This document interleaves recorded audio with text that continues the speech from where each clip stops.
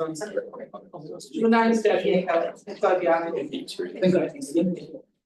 can be here.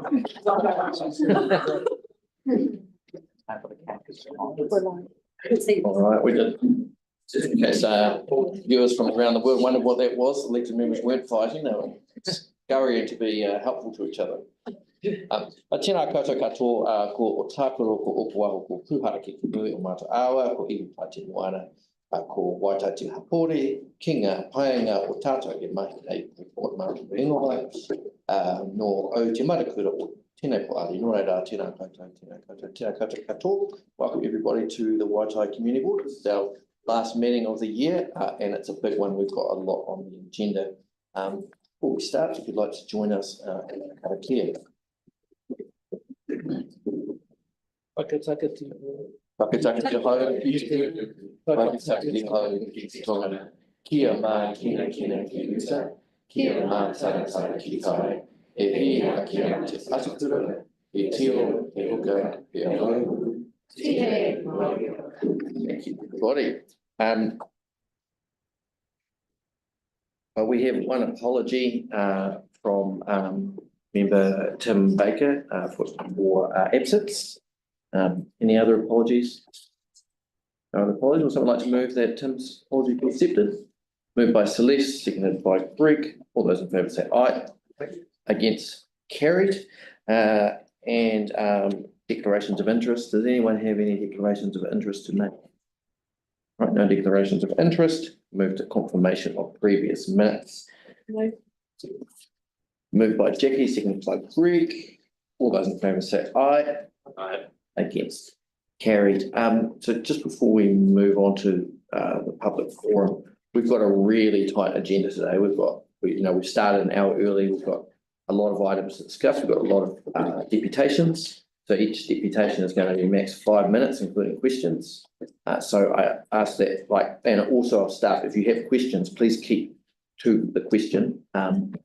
It goes without saying that we're all really thankful that we have so many members of the community who come to make deputations and who've made submissions, and also for the work that staff have put in to provide us the options that we have. I just want to thank you all in advance. We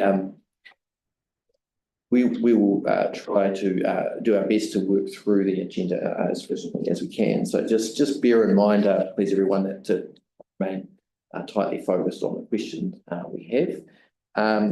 Just about the marine parade, what we're deciding today on is a recommendation for council, which is around the cycleway aspects. If we'll make any decision on that, go that way, and also to refer it to staff for detailed design for the rest of it. So the actual detailed resolutions will actually come back to the board for another decision. So potentially, in terms of around the detail, you'd have another bite at the cherry, depending on whether it specifically affected you. It's fair to say. So just bearing that in mind, members as well as everybody making submissions, that this is another step along the process. So in terms of our public forum and deputations, it's just 5 minutes, including questions. Usually deputations are 10 minutes, but because we have so many and we only have so long to make a decision, we have to reduce the deputation. So please be really helpful for us to address any concerns that you might have if you make it clear what you're asking of the board from the get-go, and then fill us in on the detail, just to make sure that we clearly hear you. The first person we have is actually public forum. Not sure if Simon and Tim are here. Yeah. So they're not here, so we might have to take them later. I'm just wondering if they thought it was 40. So I was just writing a note to Paul. So when their public forum slot was confirmed, I've just found the email. That was before we moved the start time. And I omitted to let them know that we've been brought forward by an hour. Okay, then we'll when they, we're assuming that they do come, we at 4:30 will try to slot them in then. Okay. All right, so we'll move to deputations by appointment. So starting with Marine Parade, first on this is Stephen Wood, local resident.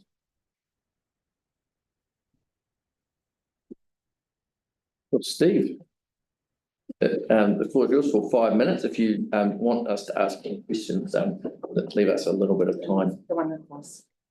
Excellent. Tēnā koutou katoa, ko Stephen Wood toko unua. Since I last came here to speak to the board, I've taken on the role of co-chair for Spokes Canterbury. However, today I'm speaking for myself, and we have Anne Scott, our submissions coordinator, speaking for Spokes Canterbury. I'm a regular user of Marine Parade, especially north of New Brighton Mall. My typical use is that I've headed to the beach on a mental health ride, arrived at Waimari Beach or some point north of there, and then decided to cycle south to New Brighton. And the connection to the sea and the beaches are important to me. For many people, the prospect of cycling on the road is daunting. That's the most common reason given to the equation of why don't you cycle more?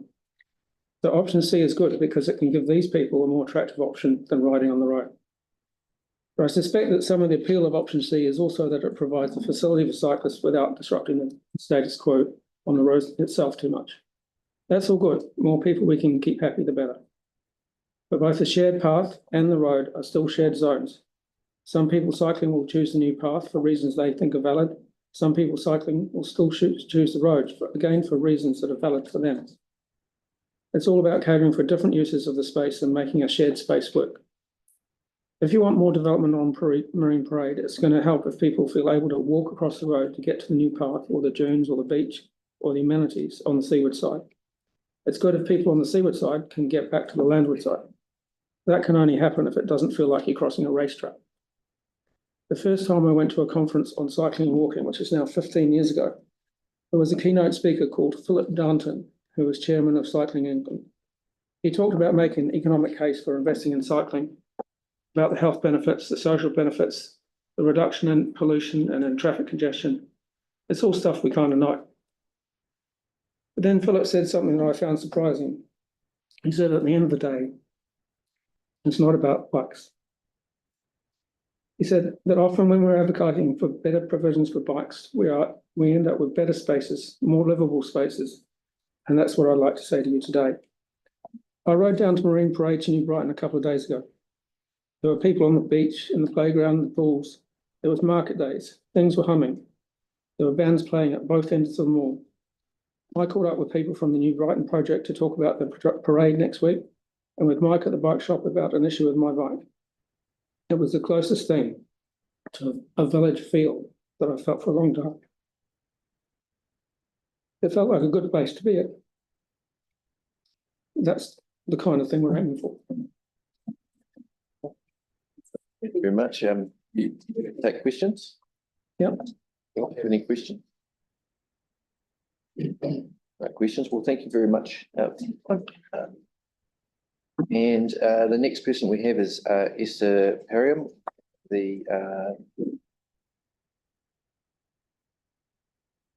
is this your, are you speaking on, personally? Am I speaking on behalf of? The foreshore.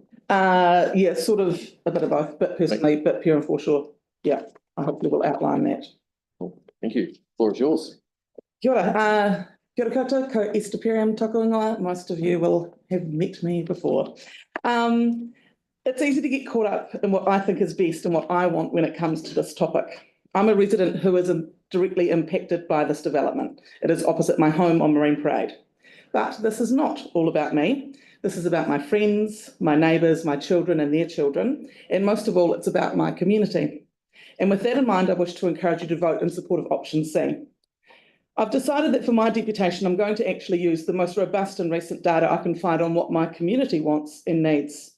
That data is contained in the report that was submitted by the Pure and Foreshore Society and created by the Geography 309 students from Canterbury University, also known as UC, is how I will refer to it from now on.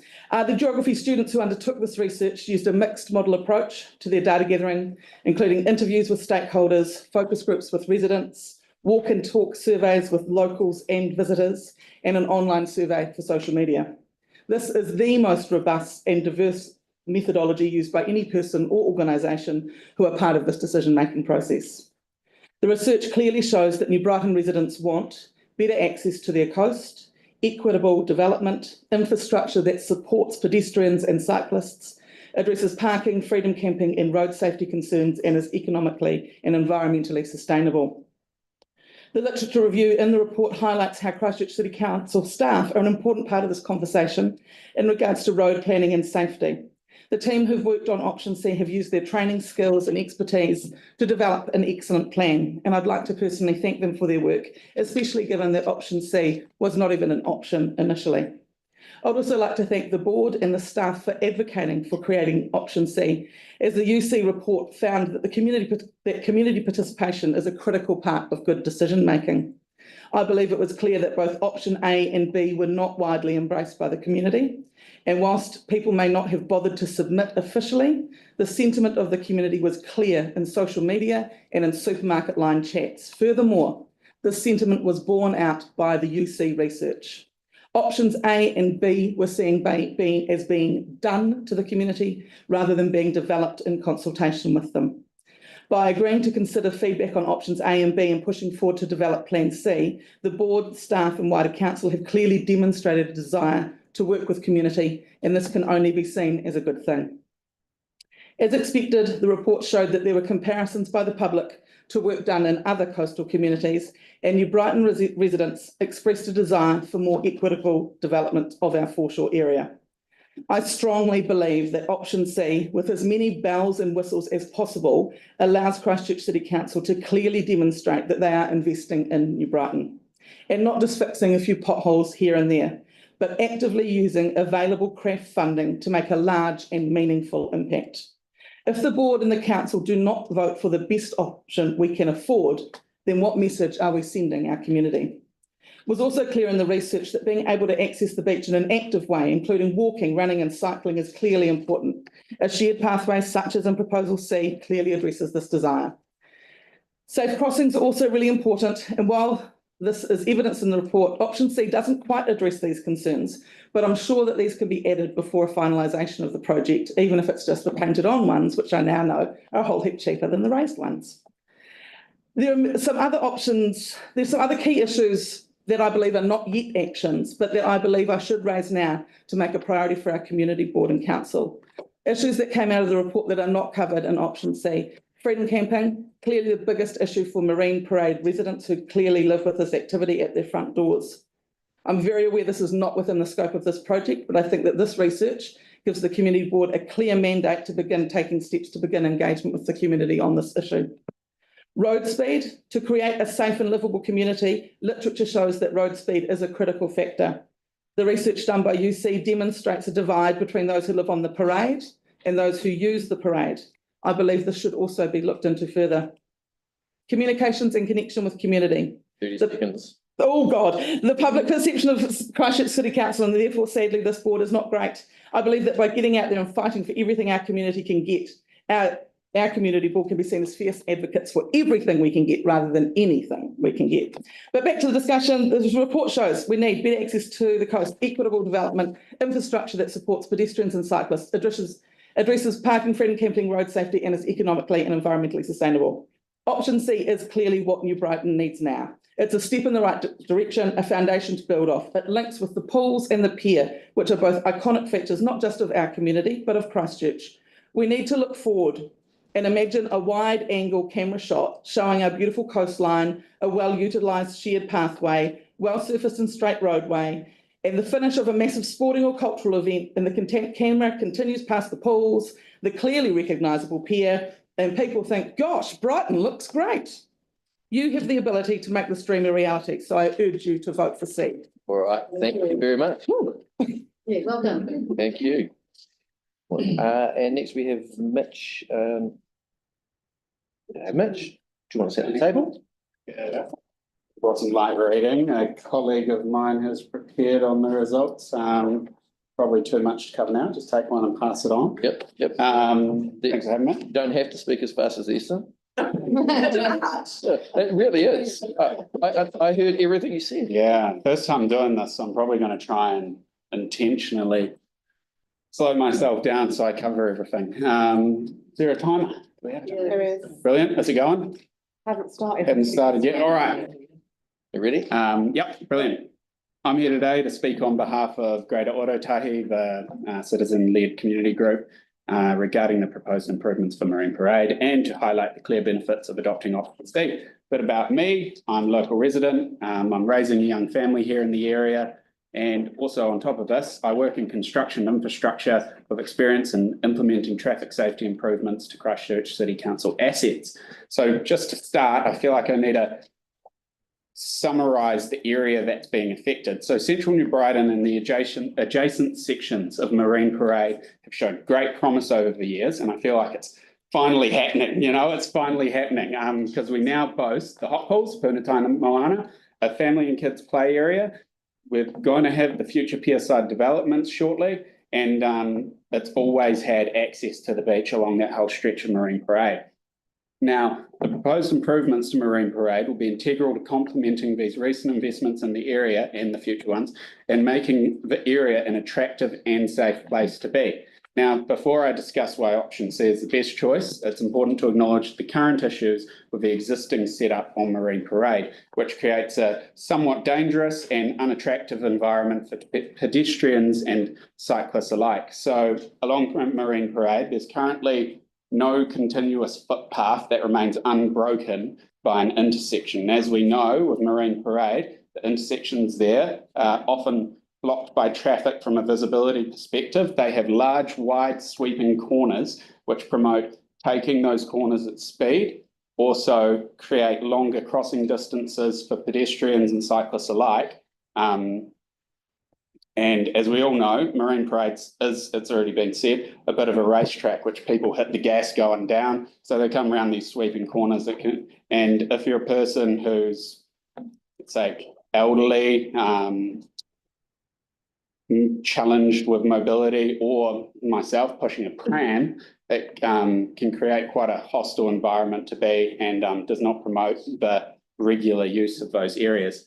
Additionally to this, it's already been highlighted, there's only one crossing point. There's Bow Hill Road, which has a central island, and then there's the pedestrian crossing, which is down right by the pier. There's no intermediary crossing areas where you can safely get across and not have to kind of, judge and tense and feel like you're risking your life doing so. On the eastern side, the path, seaside, it has less interruptions. It's still interrupted by the Surf Club car park, and further down near Lonsdale Street, where the paved pathway terminates into a gravel surface, this area of pathway is actually used by many as a shared pathway already, and being that it's only about as wide as this desk, it promotes collisions between pedestrians and cyclists in its current state. Additionally, the current state of the roading surface on Marine Parade, it's got a few dips and uneven surface, which would indicate that it's got a subgrade that's in need of remediation, which is why I would suggest that going with the asphalt option is the preferred purpose. So all these items I've covered now, it makes the road and surrounding pedestrian areas hostile to pedestrians and cyclists, disproportionately affects the most vulnerable members of our community. And this makes change not only desirable, but necessary. So I've got a whole host of reasons to support option C. You've got about a minute. 1 minute? All right. Option C directly addresses these issues, transforming Marine Parade into a safer, more accessible and friendly future-ready community asset. So option C is the design which came out of everyone's feedback. It does actually incorporate people in the area who are affected's feedback into its design. 2, it's got a whole host of enhanced safety for all users, which addresses all of the points which I've just raised. 3, it balances parking and accessibility. Option C does reduce some car parks. However, it does so in a very limited fashion, which also still allows for the increased safety to the stretch of road in question. 4, promotes sustainable transport to the area in terms of cycleway, walking, and will also be a feature that will bring others into the area to use. Long-term investment. So that's been a big discussion point, is the 5 seconds. Cost involved. Anyway, New Brighton's been crying out for investment and having our roads improved. for how long now, you know? Why would we rob ourselves by accepting anything less than best option? Thank you, Mitch. We've never met each other before. Best friends now?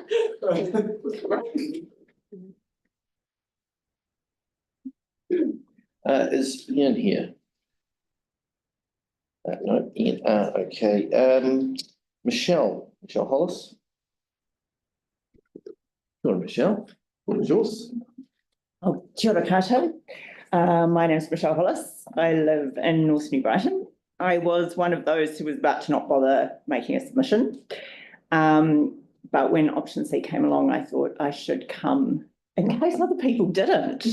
Never fool me. So nuts and bolts. I support option C. I support it because it starts to slow the traffic along Marine Parade north of Te Puna Taimoana. It separates people on bikes from people in cars, and it gives people walking more potential for safe crossing points. Therefore, it improves safety and perceptions of safety for those who choose not to drive to the beach. Therefore, it encourages more of us who live locally to walk or bike to the beach. And the more of us who do that, the fewer parking headaches for those who do drive. But I kind of have a big why more than that, and it's that the parade is a continuous strip. So it's obvious, but it's worth remembering. The parade doesn't stop just outside the area we're talking about. So what you and the council decide to do here will end up framing options for adjacent sections. And for me personally, that really means the whole of North Beach. So I've lived in North New Brighton for about 8 years. In that time, there's probably only a handful of days when I've been in the city but haven't gone to the beach. The beach shapes this community. I'm telling people things you already know, but it's worth remembering that our defining features, I think, are the beach, kids, dogs, families, having fun in the water. That is New Brighton. And from those things flow the regular incidental interactions just coming across people regularly that lead to friendships that build and knit this community together. So this is more than just about a little stretch of road. So I'd like to see the whole beach be a place where local kids can safely hop on their bikes or their scooters and get to the beach independently. And I would not like to see us become yet another suburb where people sigh and say, oh, it's just too dangerous now to let my kids have the independence that I had when I was young. I think we've still got it here. There are still kids, a lot of kids who ride to the beach, but we're on the brink of losing it or keeping it, and you guys have a decision to make about that. In my mind, we should see the whole parade as a slow zone, and I'd really encourage you guys and council staff to think about designing in ways to keep it slow, keep it people friendly.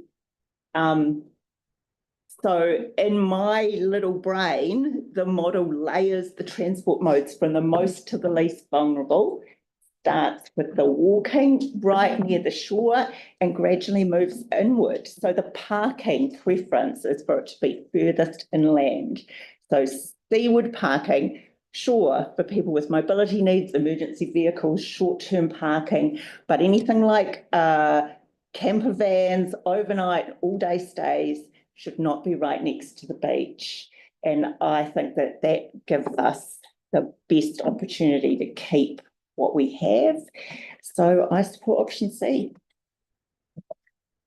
Thank you very much. We've got a minute and a half questions if anyone has any. Yanni. Oh, yeah, thank you. This is one question around the Bow Hill Road Marine Parade intersection. Do you think we've done enough there to make it safer? No. I'd love to see some traffic calming there. I think one of the previous speakers talked about the sweeping bends. They're all over that area, yeah. All right, we do actually have time, Kelly. Michelle, just looking on Bow Road through the Waimaru. Did you say your vision there is to see an extension of what is proposed in option C? In principle, I think so.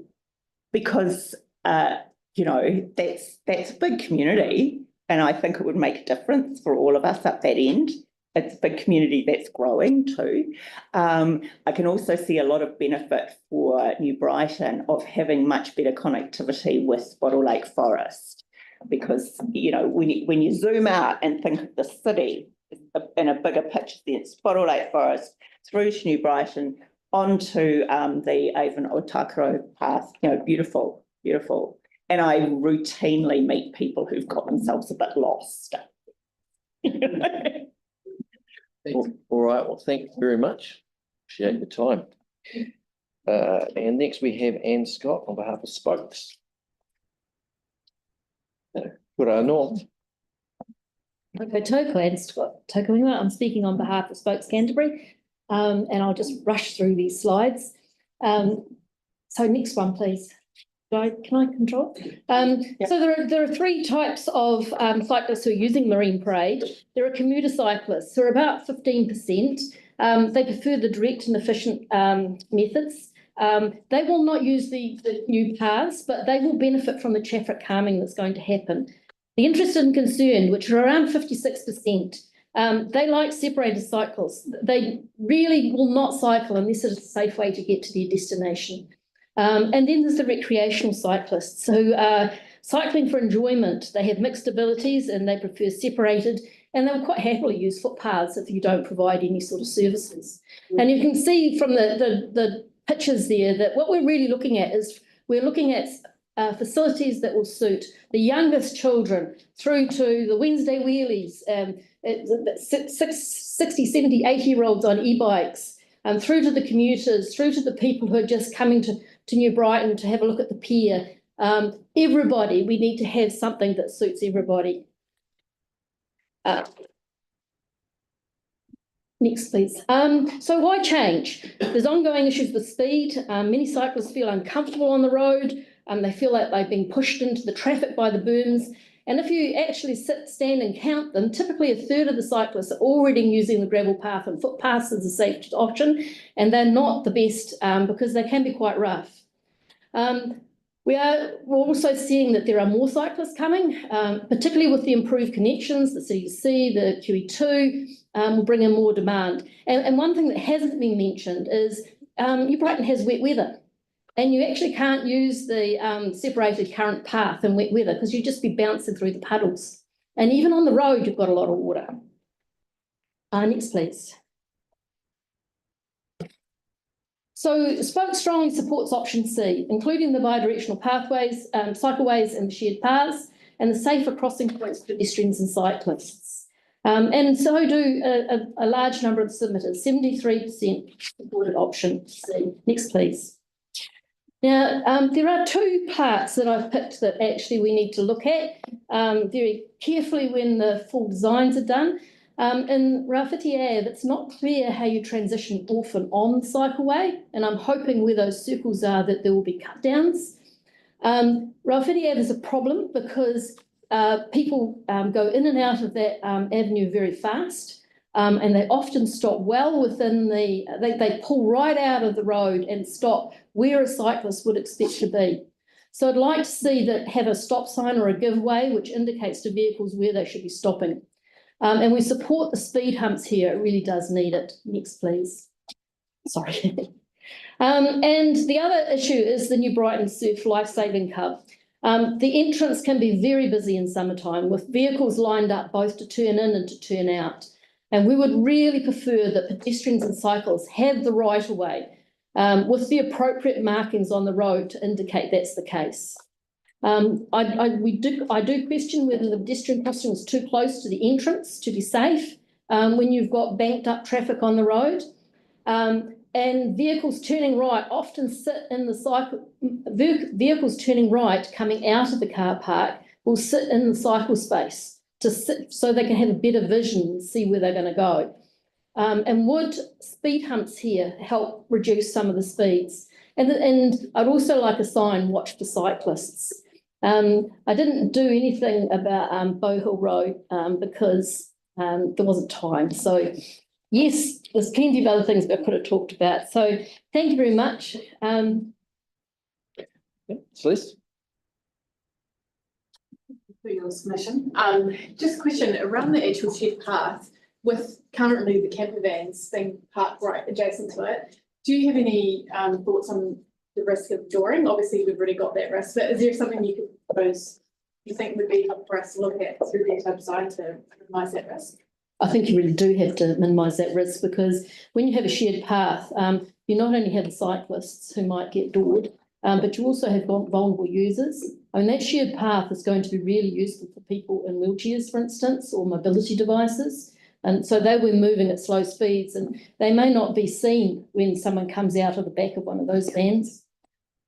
So do you have any examples of what has been tried elsewhere? I was wondering whether they've used plantings to sort of create a bit of a sense of space between the park and the shared path or something. Plantings would be really useful. And also you can actually put a spacer in, so that there's enough room for a door to be opened. Yeah.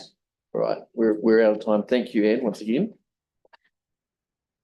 All right, we have, because we've had one person not come, I'm going to allow our gentleman who's just turned up to have a deputation on Marine Parade.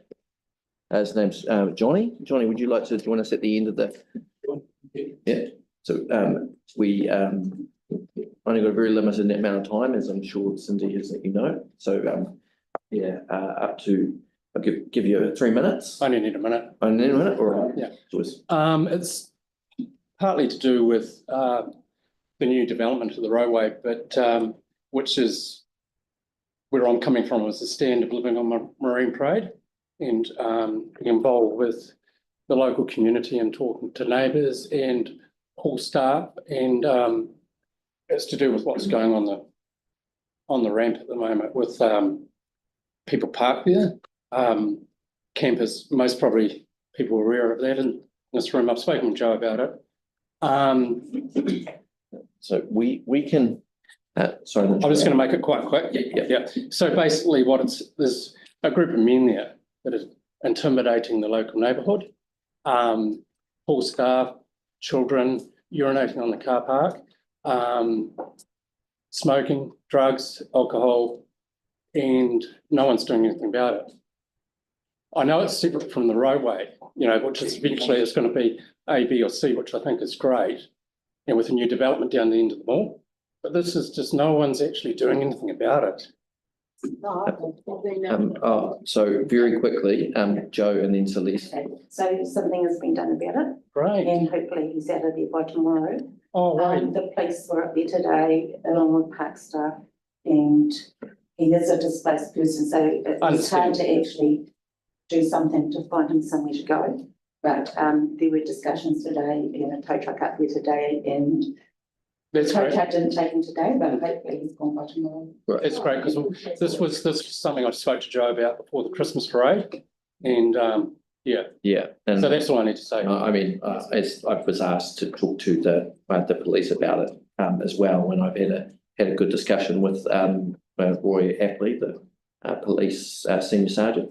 Yeah. And so I think it's been a bit of a process, but they've obviously got something in train, so excellent. Excellent. If it's helpful, we can maybe catch up after. Love to, yeah. Yeah. The only other thing that I just want to add on, and then I'll do a full stop, is the aspect of back in the day, the gates used to be locked. And I think that could be a good thing to bring back in for the community. Catch up about that as well. Thank you. Right, thank you. Time's done. Did I do it in 1 minute?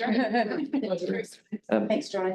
All right, the next, we have one deputation from Mr. Mark Harvey about the Bromley Road, so we'll just change gear briefly. Mr. Harvey, if you'd like to join us, 5 minutes is yours. If you want us to follow up with any questions, you just need to give us a bit of time at the end. I just wanted, before you start, sorry, just wanted to assure you that Maces Road and Ruru Road are in the plan to do. So that's not, it's been at the top of the Linwood members list as well. So they are on the list. I guess I'm here probably as a pragmatist today and realise that some days the best you can hope for is a draw rather than a win. So with that in mind, my submission is against the current proposal, but not the concept of what we're trying to achieve in the area. I believe there is probably some safety issues, but I think that what we're trying to do here is break a walnut with a sledgehammer. So I've got 3 areas which I think the board should have a think about, and I've broken into these 3 areas of safety, environmental and economic. Just on the safety, the number of vehicle movements is approximately 3,000 to 5,000 cars a day based on 2019 figures. That's the latest as I could find. And there wasn't much breakdown on what the accident figures were, what the causes were. So it's a bit hard to actually come up with any idea as to what's causing the safety issues, if there is one in the area. Also, with economic activity, the vehicle movements in the area are significantly less than what they have been from 2019. I use this road daily and through there probably 5 to 6 times a day, and there's nowhere near the traffic now that there used to be. Also, on the safety issue, there's also existing traffic calming measures there, which mitigate speed, i.e. there are existing raised intersections, sharp corners which prevent any build-up of speed. Also, the ability of emergency services to respond in a timely manner without delay is crucial. As we know, minutes matter in an emergency and can be the difference between life and death. By installing so many speed bumps, we increase response times and delay people getting the help they need. On the environmental side, it's well established fact that the vehicles are the most inefficient when speeding up and slowing down. And this is going to be increased greatly by the number of speed bumps proposed. At times, there'll only be between 40 and 80 clear metres of road, which is going to be a lot of slowing up and speeding down, which is going to increase the CO2 emissions significantly. Of note in the area is also there's a lot of heavy traffic, which once again, their CO2 emissions are going to be greatly increased. Also, the local residents have a right to peaceful enjoyment of their property. The constant revving up and slowing down of vehicles is going to add to noise and pollution levels in the area, as well as the noise of large vehicles crashing over the top of these speed bumps. On an economic front, one of the key indicators of an economy is productivity, and as part of that is our ability to move people and goods around the city. The overuse of speed bumps on many local streets has made it a lot slower to move around. This is unproductive time that on an individual basis may not be very much, but cumulatively has an effect on our productivity. And this delays our ability to get goods to where they need to be. There will also be a cost of the use of these streets by way of increased fuel bills, repair costs and time, the effect of constantly speeding up and slowing down, as well as effect on suspension, etc., will come at a cost to the locals. So not just wishing to throw up a bunch of problems of having an alternative to this plan. And it really revolves around reducing the number of speed bumps that we have, complementing what already exists in the area, putting in raised crossings by the crematorium, and also up by the Keely-Bromley intersection, and also a raised pedestrian crossing for the school. It would also be a good idea if we could implement the safest neighbourhood speeds policy from the council and reduce the area into a 30k zone. This would automatically give the school a lot more protection. At the moment, it's just a 50k zone and not even a school zone there with any posting about speed limits during school times. I think that if we had a sensible approach to this, it would leave some funding for us to address some other issues. 30 seconds. Namely, the McGregor's Road walkout intersection, which gets used as a burnout pad by the locals, a raised intersection or something there to give us a bit of peace and quiet. Also, Cuthbert's Road, which is just the boys' races dream along, nice straight piece of road. There wouldn't be a patch that hasn't got skid marks on it. So, in conclusion, I live and work in the area. I use it. I feel that these measures have got some merit, but we need to use some common sense here. Whilst not opposed to some of the traffic calming measures being implemented, I feel the speed bumps are warranted and that money could have a bigger impact on the high risk areas. In particular, McGregor's Road and Walcott Street. Extraordinarily, I think that makes no sense for us to be taking out existing calming measures and installing new measures only meters away. That's all I have. Thank you, Mr. Hutt. All right, so sorry, excuse me. If anyone who's made deputations, if you wouldn't mind providing your statements to our board advisor, Cindy here, so that they can be included in a summarised way in the board minutes. All right, so we're just going to move to item 7 briefly, and then we'll have a 1-minute adjournment and before coming back to the staff reports. I'm just going to read out a statement from regarding the wastewater treatment plant operations update. So this is from Adam Toos, who's the manager of operations. The presentation for the 9th of December briefing slot for the month of November was completed and prepared last Wednesday for December. We're happy for this presentation to be provided as it has as an accurate reflection of the events for November. However, it is not reflective of or provides an update, or neither does it provide an update on the recent events of the past couple of days. As a latest update as of 9th of December 2024, I can confirm that we are monitoring the changes to the temporary activated sludge plant, and the process is partially improving as anticipated. But as anticipated, the process will take a couple more days to settle. I can also confirm 100% availability of all 16 aerators on the oxidation ponds as of midnight, Saturday, 7th of December. We will report in more details of the events of the last couple of days in the next community board update in February 2025. Please pass on our apologies to the board. Also, we'll do the current events to improve the performance of the plant. Now, I'm sure that board members will all agree that being at the plant, sorting out the problems is much more important than talking to us about sorting out problems. If someone would like to move that we receive that report. Or moved by We get it circular. Has it been circular? Yeah. Yes, it was, so moved by Alex and seconded by Jackie. All those in favour say aye. Okay, carried. Right now, just a brief adjournment, and then we'll come back to. We are what as we can with that.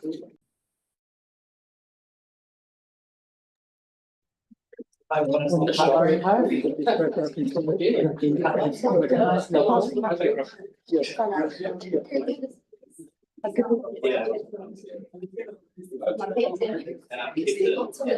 Yeah, and I.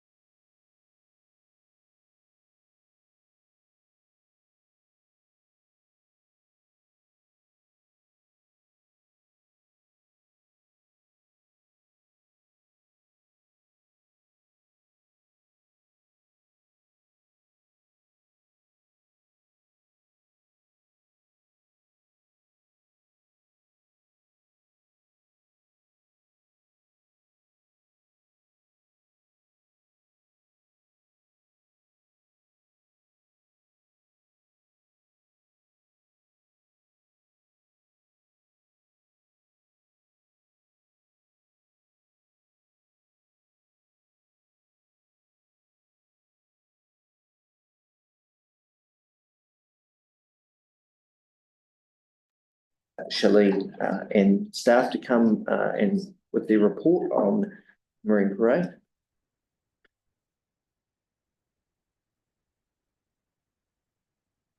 And if you could do your best to respond to both the questions you received from us in advance, and also anything that was raised about your recommendation from the community. Great. You. Good everyone, my name is Charlene and I am the project manager for the New Brighton Marine Parade Street Renewal Project. So we take the report as read, and we have prepared a brief presentation which we can go through, or we can take questions if you want. If you want, don't want us to go through the presentation. I'll just take I'll take the vibe of the room. I mean, Yeah, maybe just quickly run through it. just a quick version.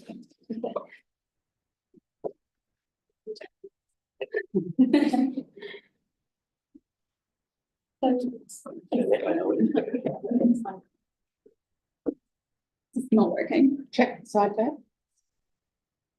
Oh yeah. No, I told you. Cool. The following project objectives were approved at the September 2022 Community Board project meeting. So we'll read through it. We can go through that if the board would like, but that we've been through it multiple times. So in February this year, these two options were approved by the Community Board to prepare for consultation. The results of these were prepared and presented to the board at the August information session. In July, staff were directed to bring a third option which reflected Community Board feedback, which we'll go through later in the presentation today. Both options had similar features offered apart from AC in option A and chip seal in option B. Option A lost only 2 car parks and had a cost estimate of $4 million, whereas option B had lost 101 car parks and had a cost estimate of $4.5 million.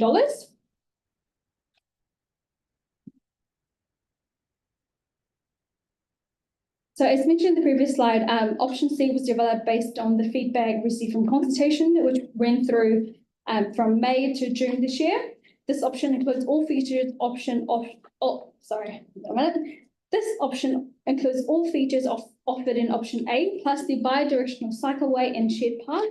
The following features include a street renewal from Hawke Street to 187 Marine Parade, renewed curb and channel between Lonsdale Street to 142 Marine Parade, upgrade of the existing island on the intersection of Bob Hill and Bob Marine Parade, some bus stop upgrades, a on-road bi-directional cycleway on the dune side of the road between Hawke Street and Lonsdale Street, a shared path between Lonsdale Street and Bob Hill Road near the parking bays, a bi-directional cycleway and shared path proposes 350mm raised platforms. Please note that this does not affect the road.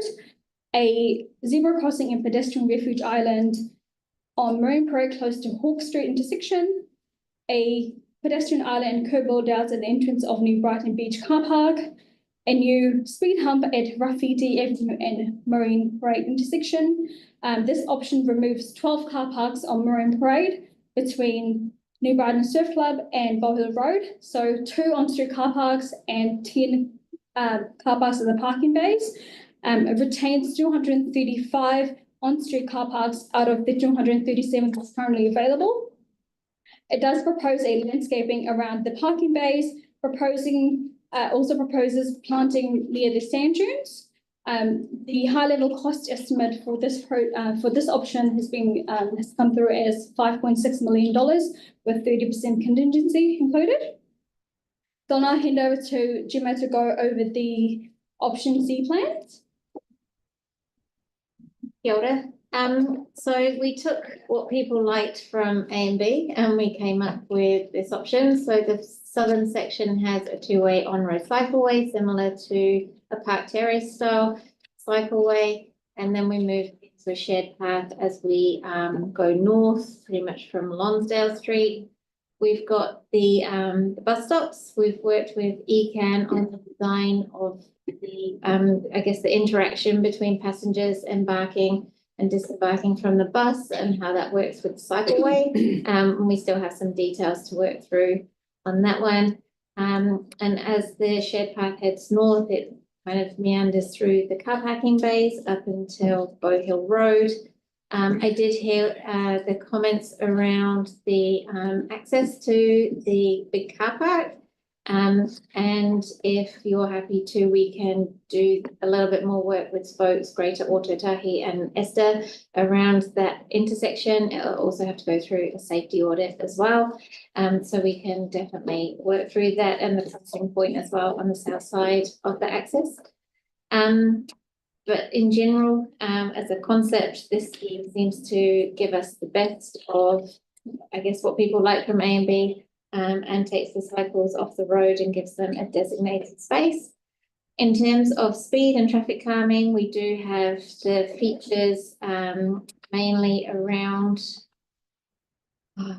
graffiti, because of the school interactions. However, in reducing, in providing the cycleway, you do also get that kind of general reduction in carriageway width, which does kind of make people drive that little bit slower because it all just feels a little bit tighter. However, we can, if the board would like for us to have a look at traffic calming, especially around the access to the car park where it is really busy, we can also take a look here. So I'll pass you over to Kieran to talk about consultation. Kia ora. To give you an overview of the consultation, keep in mind that there are 2 attachments on the report that give a much wider view of the stage 1 and stage 2 consultations. Essentially, 313 submissions were made in the re-consultation. The breakdown of people living in Marine Parade and New Brighton, outside New Brighton, is shown there. 12 were organisations and businesses, and interestingly, 49 submitters were previous submitters. The tactics were nearly identical to the previous consultation. Of note, emails to key stakeholders and all previous submitters, flyers to affected residents along Marine Parade and local community hubs like the New Brighton Market, social media and our CCC newsline, as well as physical displays in the New Brighton Library. Again, the snapshot of preference for option C, as well as asphalt versus chip seal, as the board asked for us to go out and gain clarity on that, since chip seal was deemed as a potential cost saving. 227 submitters, which roughly equates to, as Anne previously mentioned, 73% of total submitters supported option C. If you combine this with the somewhat supported, this would be 85%. 208 submitters preferred asphalt, which equates to 66% of total submitters, compared to 101, 34%. So based on the consultation feedback as well, that we got a lot of feedback and also heard a lot of great points during our early engagement round. For example, extending no stopping lines to remove 2 car parks outside the New Brighton Surf Club, which was a specific request from the New Brighton Surf Club, since when coming in and out of their access ramp, especially for surf days and competitions, it's extremely dangerous for them having to navigate cars coming both ways. Reducing the proposed number of speed platforms along Marine Parade was a main thing that we heard in the first round of consultation, and also prioritising the minimise car park loss. And then feedback from the second round of consultation was being in discussion with ECAN off the back of feedback from some local residents around the 142, 144 Marine Parade area to move the bus stop further up towards Bohu Road. I'll hand back to Shalene. Cool. So recommended option C for detailed design and construction. So next steps for our project, we've got some anticipated dates if the decision's made today. for approval. So we expect council decision in February, March, early next year, detailed design April, final resolutions and approvals July, August, and construction high level September, October. We've got a project budget of $3.52 million currently left. We've got a program budget of 2.26 billion, which totals up to 5.78 million. Once the construction cost for Marine Parade street renewal is confirmed, the craft program manager will return to the board to determine how the board would like to spend the remaining of the budget for the new Brighton craft program. That's all from us, and we'll take questions. Yep, questions. Joe, and then Greg, and then Celeste. Thanks, Jane. So we're going through just comparing from A and B to C. And from what I can see, there's only 16% of people that were involved in the first consultation responding to the second one, which isn't a great turnout. But I see a lot of people disenfranchised from saying, well, we've already had our say, we don't want to do it again. Have you thought about how you'd actually address that kind of thing in the future? In terms of In terms of trying to target people that have already had their say, just had their say again in the next stage? Because it's like 84% of people didn't submit into the second process. No, I hear what you're saying. Getting people to resubmit onto on multiple consultations is one of the biggest risks that we face when we do reconsult. The main tactics, I guess, that we try to employ is to help people to understand that the new option, it is a new option, that we are wanting to understand their views and their feedback on something that first of all, is working on the feedback that they gave us in the first round, and I guess confirming what they told us. But in the end, and ultimately, it's very hard for us to be able to force people to be able to. Also, from the first consultation round, when you look at it, there's only 23 people requested an alternative option, and that's not many out of the whole 340 who submitted. Can we just be careful, just to keep the questions? Yeah, I am. And why did we just go on that 23%? I mean, 23 people, it's not 23%, it's less than that. Why was this put forward? Yeah. I mean, that was a decision that was made by the board in entirety, so I don't think that's really an appropriate question for us. Okay. Any more questions? Greg? A couple of things. In the information we received originally, there was 150 mil high speed bumps to be put on the shared pathways. Are they still in after consultation? Was to slow down the cyclists? So I don't see it in the presentation yet. It's listed. So on the Waitai cycleway and the shared path, that the where it's sitting at carriageway level, we are having platforms at the bus stops to make sure there's a flush surface. Those can generally vary, probably more 100 mil high platforms, with 1 in 5 ramps, just to slow people down, but not to create an unnecessary judder for people on the bicycles. But we've kind of looked more at a road marking technique, with additional slow kind of messaging that we've got through Hagley Park to encourage better behaviours on the shared path. But it's definitely something that can be monitored after installation. We have to be mindful on the shared path bit that when we start looking at vertical elements, that it does become problematic for people who are slightly mobility impaired. But it's probably a conversation that we need to have with people who ride their bikes, just a little bit more about sharing space. And we're trialling the slow zone snails down near Antigua Bridge, where we get a lot of conflict. And we can work with our travel demand management team on that, and on how to encourage better behaviour. Yeah, that was generally my concern, was people that are walking or with prams or mobility aids. Those are the people who are going to struggle with those things. For people with vision impairment as well, so they're not going to be expecting something like that in their walkways. So that's was a concern. But so you're saying it's only covering the cycle aspect, not the whole width of the path. So so in the busiest section, I guess, the people riding bikes will be off the footpath, off the path. So the interactions would be fewer. I think the further north you go, the demand will drop off slightly, especially when you get past Rafferty and you've got the school traffic kind of heading in. So on the shared path, we will definitely look at messaging and tactics to encourage good behaviours by all users on that part. And then on the southern part where it's busier, the cycles will be out of the path anyway. So hopefully there's less interaction and risk.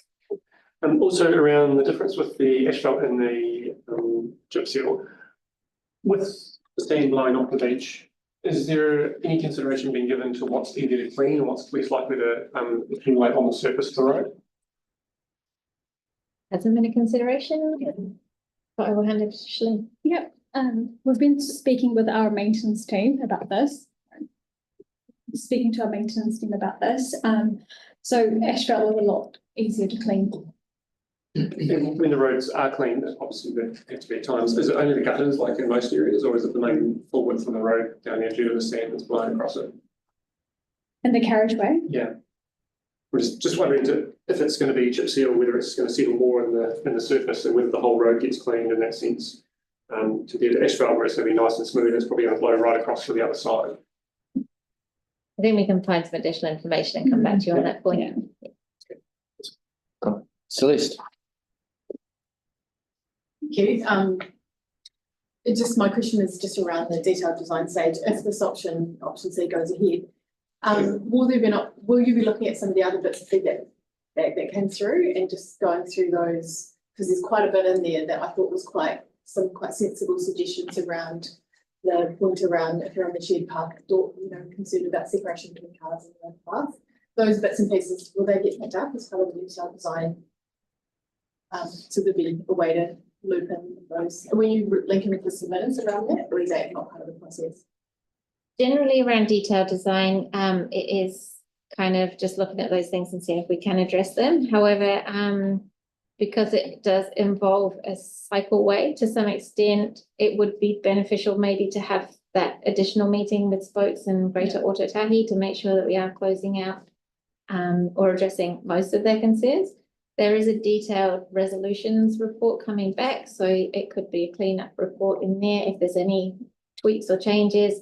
I don't think there's anything that would require, I guess, additional consultation to this scale. But where I know Joe raised it, Councillor, community board member Zervos raised a query about the crossing point and the location of it between Hawke Street and the boat ramp surf club access. And whether we could shift it, that might just be a bit of a door knock, and we can tidy that up through resolutions as well. So there's definitely a chance it's not finished, like we're here for the concept and to get the shared path and bi-directional kind of resolutions from you to go through to council, but it's still, we can still work through those details. I mean, to be helpful, we did look back with those stakeholders, because I think through this process we've got some really useful feedback, and I think that's why this process has been quite robust, is that we've heard from a good range of organisations, and they've given us some really kind of local Can you feedback. keep it to questions, please, Councillor Donovan? Answer a question, yeah.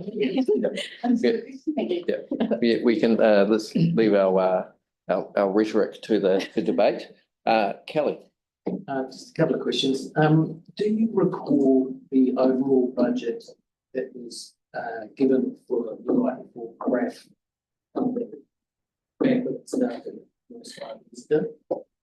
I wasn't. $6.5 million. You sure about that? The original was 7.1. Yeah, it was. Right, that was always 6.5 million, right? I remember too, Jane. Yeah, I remember. My other question is there any way that you can capture the organisations that are from individuals who are from outside the area who are putting in submission? Can you find out which groups they represent? Because it seemed like a lot of civilians from outside the area. I'm just curious as to who they're associated with. Is that possible? I think it would just potentially help us get a more pure data. I guess just comment from me, like, Opportunity for them. but you can respond to this too, but we have got a long list of, with addresses, like, and because we get to see, where people are from, like, we could, and that we do have, Grad Crush, Waitai is helpfully totaled this up. Like, I think we have a fairly robust indication from that, and we could have totaled it up ourselves. Are you asking for something on top of that? No, well, I'm just asking so that when people are submitting from outside the area, if they can identify if they're part of a particular group, like a research So you're asking a general issue Yeah, or a something, general question. something that would be generally helpful? Yes, Can we keep it focused on our decision today? we can. Any other questions? You don't have to answer them, apparently. Right. Yeah. Thank you. I just had two questions. One was, what's the difference in the report we've got where it's 5.6, but in the presentation it's 5.78?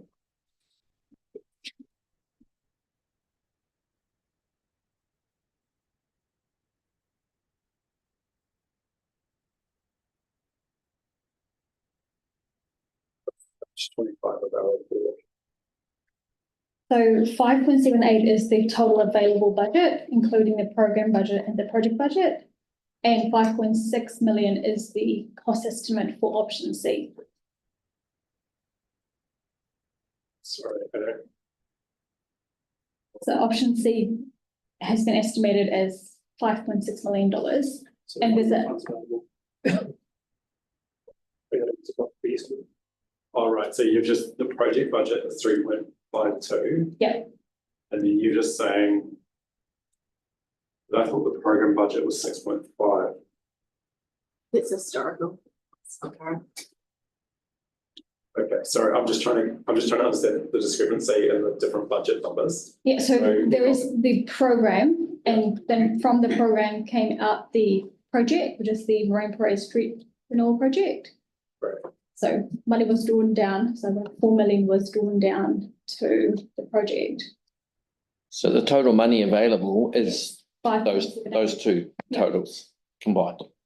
Right, and so the balance to the 6.5 has already been spent. Yes, so I've got 5.78 left. Right, and so anything over the 5.6 will then come back to the board for. Yes, well, yeah. Okay, thanks for clarifying that. And I was keen just to understand the rationale for the asphalt versus the chip seal. And also just, I guess just the comment that was made from a submitter about how if we look further past Bow Hill, or what resolution we could pass that would not commit to doing obviously the physical stuff because we need to go through a process, but actually get some work done around that connection going further to the north. Sorry, could you please clarify your question? So the second specific question is the rationale between asphalt versus chip seal, just for part of it. And then the other one was just a response to the submitter around looking further north to connect up to Romari Beach. So not sure that's in scope. yeah, it's not. So yes, Bow Hill Road further down is not in scope of our project. But the rationale between. Right, I know it's not in scope, but given that a submitter's raised it, and it actually sounds like quite sensible because. Hold on, please, just, we do not have the ability to solve, to address other issues. What we can do is say, like, and this goes without saying, that if there is money left over, then we might be able to do something with that money, but so let's not get distracted by the other stuff which would be good to do and focus on the decision that we have to make today. So can you address the asphalt question, please? Sorry, just to clarify, are you asking why we've gone with asphalt versus chip seal? Yeah.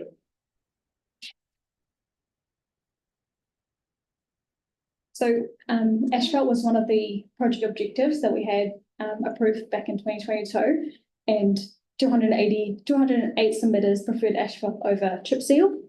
That's why we were recommending asphalt. Oh, sorry. I mean, I understand a lot of people like asphalt. Like, yeah. I get a lot of feedback from the community. Question. Who want asphalt in certain projects, but the rationale that we just had a briefing on city streets the other day, and there was some quite clear parameters around why you'd use asphalt versus chip seal. And I'm just wondering for this specific project. Yeah. Are there reasons that you would use asphalt over chip seal? Consistent with the other guidelines or the processes that we have to make that decision? Or is it just an aesthetic thing that people like and therefore we're going to do it? So an independent report was completed by a pavement expert. And I think we can provide some of that feedback separately to this through an email as to why that rationale was put forward by the independent expert around the asphalt. We just don't have that. But it's a technical. It would be a technical recommendation. Okay, you've had the response, and the response from staff is that it was recommended. It was both the one that the community wanted, and it was technically the best option. Is that correct? Correct. So we Okay. can provide some more. Well, that's good. Okay, yeah, that's fine. Celeste. So, no, I'm good. Okay, and Greg. Also just want to check around, do you know of any other works that are planned for Marine Parade in the coming 5 to 7 year period? I hate seeing roads that get done and then dug up and then a new pipe gets put in them. Yeah, so we've had a look at our forward works planner and also the LTP. So there is a project from the south of Hawke Street to just a little bit further down. I can provide that to you in a map. And then another project that's running from Bob Hill Road towards the North Beach, that's under Orion's work. So is any of it, so there's a one section that's in the Hawke Street one, is that? There isn't anything Nothing in between that our section? section. No, No. that's cool. Yep. All right, and Alice, did you have any? No? Okay, well, I think probably exhausted the questions. I just want to make sure, Joe, you had some potential amendment. Did you want to ask any questions about that? Remembering that it sounds like we can deal with those concerns through detailed design, but I just want to make sure that we leave it open. So over to you, Joe. I would only have amendments if option A didn't pass, because I support option A as the option that my community choose. You can And foreshadow. I want to represent my community. So you can foreshadow it. So I can foreshadow that I move option A as being the one that represents, which is $4 million. So I'm trying to be helpful because I know that you, if option C was to be the one that was on the table, so you're foreshadow moving option A. We're not at that point yet. So we'll backpedal. So what I'm trying to do is giving, I could have stopped questions, but instead I'm coming back because I know that you had potential amendments to option C if that was the one that we were debating. So I'm trying to be helpful. Do you have your questions about that being answered? In a way, but from the feedback, things from option C, I think it's far from perfect. And I think that we could actually put more thought into this and actually advocate for funding in the LTP instead of using crowdfunding, because the crowdfunding is for more needy projects and it was given for that reason. Okay, so just to the point where I asked because the question I'm asking is, do you have any further questions? Because I know that you had some. So my amendments that I was going to put through, if option C is chosen by everyone, is the western side of Lonsdale Street, removing the build outs. And I live there. I've lived there for like 32 years, and I often bike up and down there. I walk there, I drive there, and actually having to turn, if you're heading north and having to turn into Lonsdale Street, at the moment, if there's a car coming out to turn right, you're cutting it very fine and just about hitting that car, even on a bicycle. So it's, if you build it out and the centre lane is actually moving across, that's going to make that movement even harder to do, that manoeuvre. And I think it's actually making it more dangerous. So can I the question then I think is from in terms of trying to make the resolutions work, do we need to modify the staff recommendation on option C to be able to address that in detailed design? or for us to have, for you to address that, and Jacob? I'm going to jump. Because it goes to a point, sorry, that councillor Donovan asked earlier on.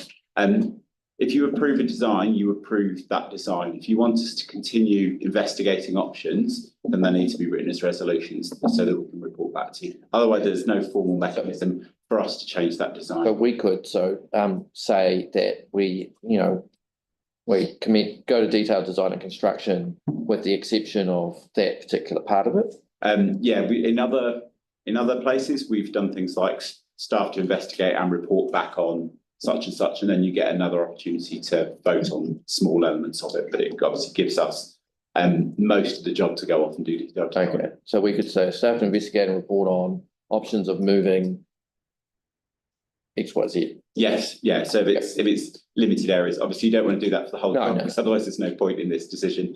But if it's small discrete elements of it, then we can continue design.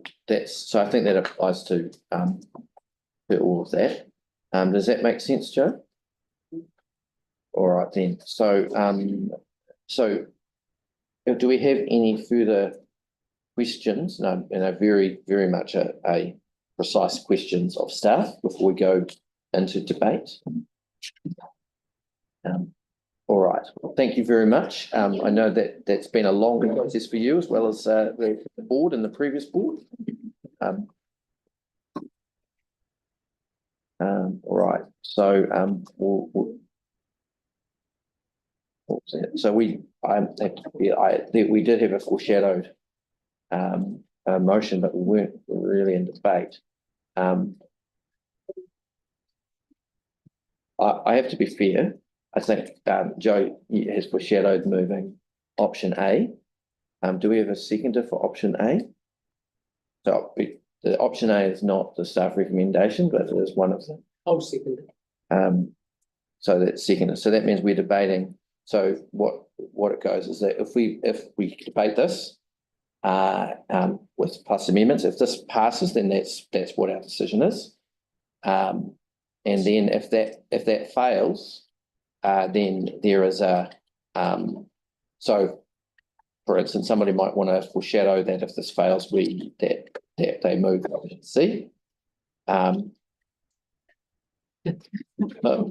that I'm just trying to keep trying to make it work as smoothly as possible. Do we have we have foreshadowed motion of option C if this one fails, so that will be what we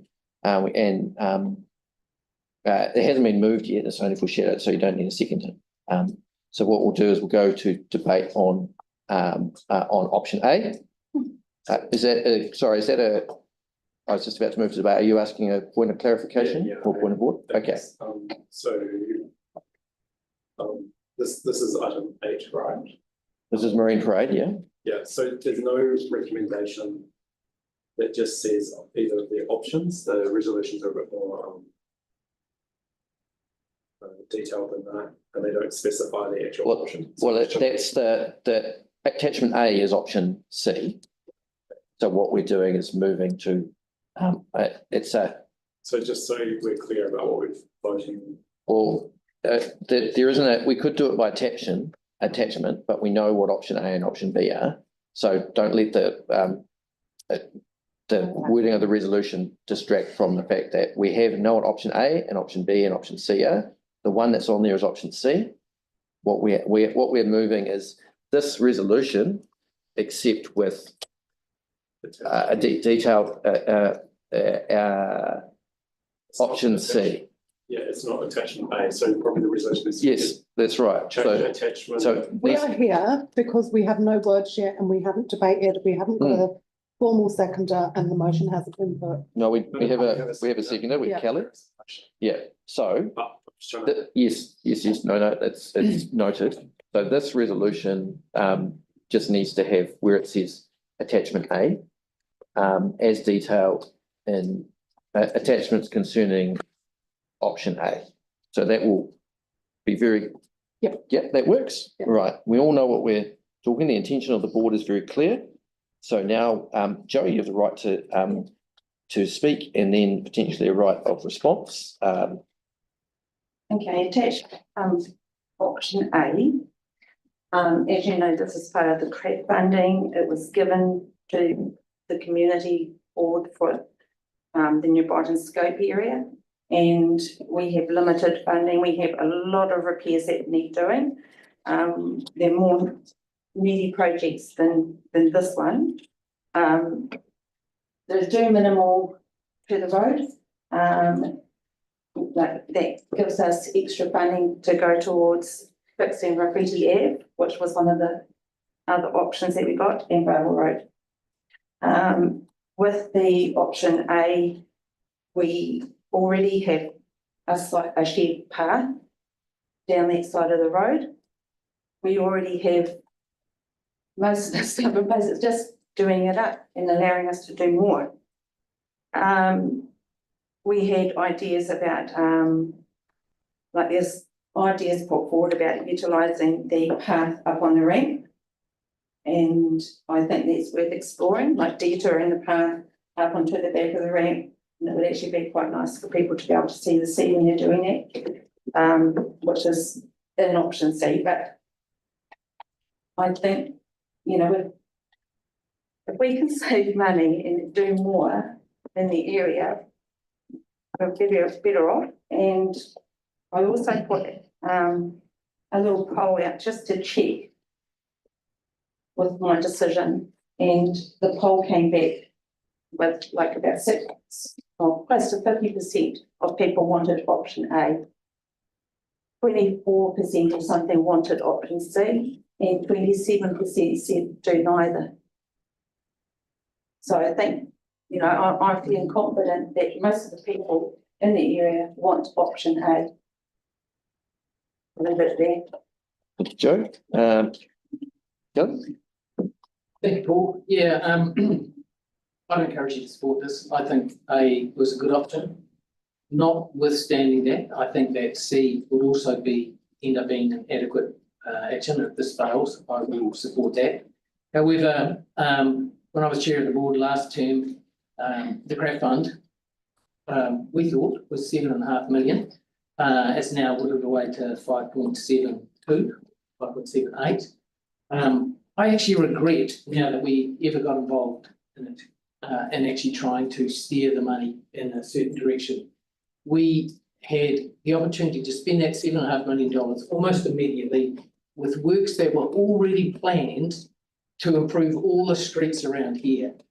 And we kind of thought, well, you know, can we get involved? Can we change that? We found out we could. And then it's taken us years to actually come up with something to spend the money on. And it's just going to go in one place. So we were going to spend $2 million on Collingwood Street, upgrading it. We were going to spend money all over New Brighton on fixing the roads. And once we got these options, we basically shut down all that work. It will happen. And that I actually regret us getting involved in that. I wish we'd have just left it. We had that option from staff. In hindsight, I wish we'd gone there. However, I do like what has happened in front of the library, the streetscaping, etc. Anything that is done on Marine Parade will be an improvement on what exists. The real problem is from Bow Hill Road through to Waimari Surf Club. I used to live in Jutland Street. The road hasn't really changed much in the years since I lived there as a dog's breakfast. So if, as Michelle Hollis, an old friend of mine, says, you know, at some stage the road should be improved from Bow Hill to Waimari, I'd love to see that. However, initially I'm going to support option A and would encourage you to do likewise. Cheers. All right. Would anyone else wish to speak? Celeste. Thank you. I think it's been a really interesting process. We've all learned a lot. And part of the process is sort of learning that sometimes you can spend a lot of time around the table discussing options, but actually the best thing we can do is actually go out to community and hear what they think. And I think through the process we've gone out, we've realised that we didn't quite land on the right things, and then we've taken that feedback, the staff have taken that feedback and come back with a better option. And I think that's what we hear from the community time and time again is, you know, you don't listen, please look at doing something differently, and that's what we've gone and done, and as a board, by majority, we decided to do that.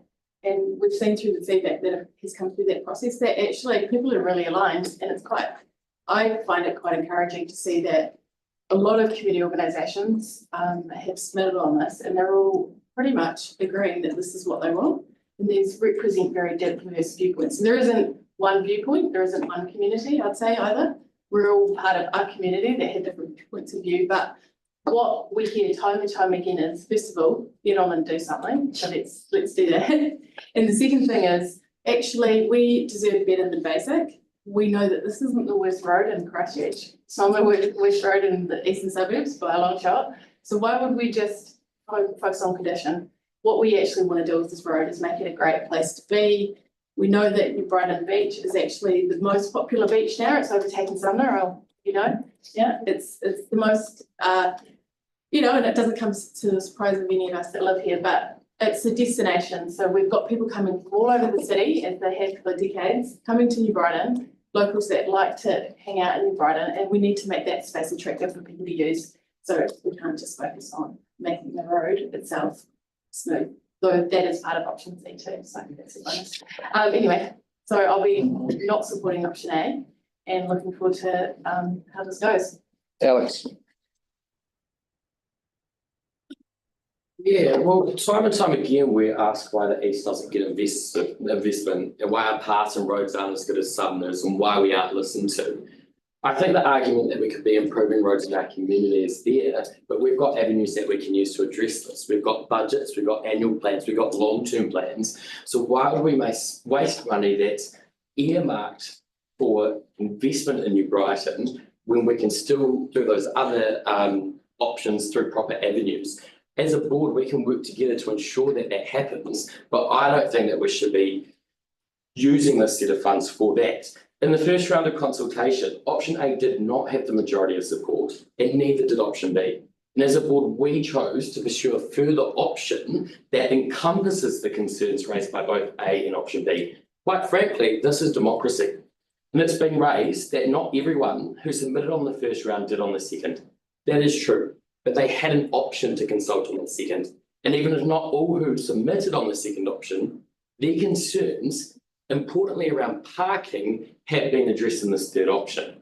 So we've got a better option that addresses these concerns, that has the majority of support of submitters, and I'm really reluctant to support an unscientific poll to justify an important decision like this. I urge the board to support option C, and therefore in relation to this motion, decline it. All right, I'll take one more in favour of option A and one more against, and that will be the three. So, Yanni, you want to speak in favour or against? Against. Against option A? Yeah. Yeah. Okay, cool. Well, just to start with some clarification, the investment case for Craft did show projects of a value of 7.4 million for the Brighton area, but there was a red line that cut that down to 6.6, and it was the same actually at the moment. We had $18 million worth of projects that were presented in the business case, but obviously we only got the 6.6 or 6.5 as well. So just to kind of clarify that confusion, but no, I think it'd be a real shame to vote for option A today. I mean, I actually think that the coastal area is really lucky to have had so much time and attention put into refining the options to come up with something that it would appear, I think, the majority of people, certainly from the sessions we've had today, and some of the feedback that we've had, people have supported. You know, I'm envious. I wish we could do the same for Te Aratai, for example, or for the Bromley projects where we haven't even been able to get a plan with different options and consult the community. We have to kind of go things at very much at a different level in a different way. That means that people do feel like there's winners and losers. I think with option C, which is why I won't be supporting option A, is that you get winners and winners. You get the best of both worlds. You come up with a design that people are generally happy with. That's not perfect. There'll never be a perfect design, but it goes a long way to addressing the concerns that were raised in the initial round of engagement and consultation. So, you know, I think the thing about New Brighton is it's an amazing place. People love it. So many people I talk to from around the rest of New Zealand, when they think about moving to Christchurch, they often ask me, what do you think of New Brighton? that's where they're looking to go, right? And here we've got a project that is going to enhance the beach, it's going to enhance access, it's going to make it easier for kids to bicycle and cycle, it's going to make it easier for others to walk, to scooter, to skate along the coastal area. I just think it's a wonderful outcome to have had the engagement, to come up with a refined option and to be putting that forward as option C. So I won't be supporting option A. I think we should cherish the wonderfulness of the coast, and having a coastal pathway, an upgraded coastal pathway is really cool. And I just wish we could do it, take that more helicopter view and do it longer and extend it, and hopefully there'll be an opportunity in the future to consider that. But I think it's great. New Brighton deserves a coastal pathway like Summers had. And I think, you know, option A would limit that, and it would be a real shame if option A was to pass today. Actually, changing my earlier ruling, I think we'll just allow everybody to speak on this one. And before Joe gets her right of reply, do you have anything to say? So I'll say I won't be supporting option A, and the reason, the big reason is like we had two polarizing groups. We had option A, which is doesn't increase safety very much for cyclists and pedestrians, and option B, which took out a heap of parking.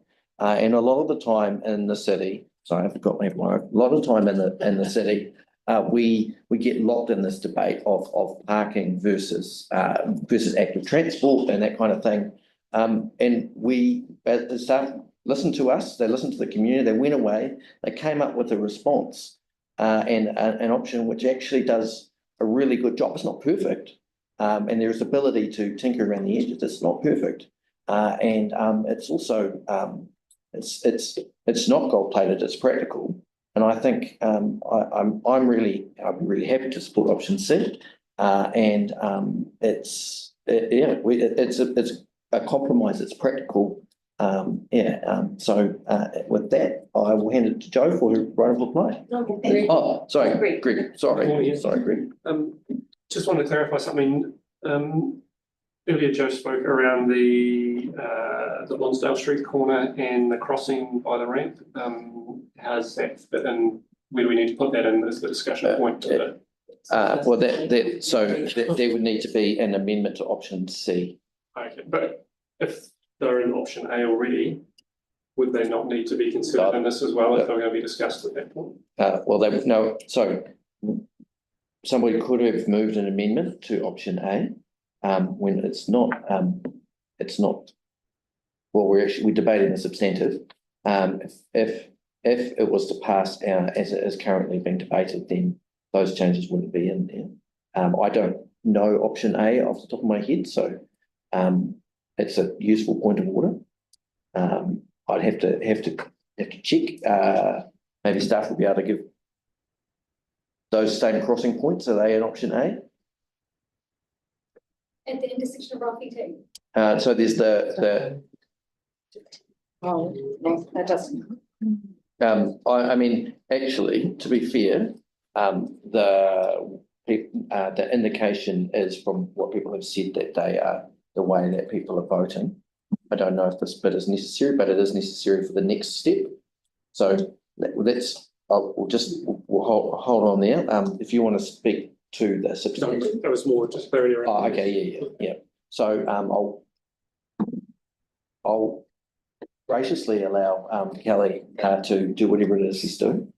Just carry on. We're just in the middle of debate. You have your right of reply.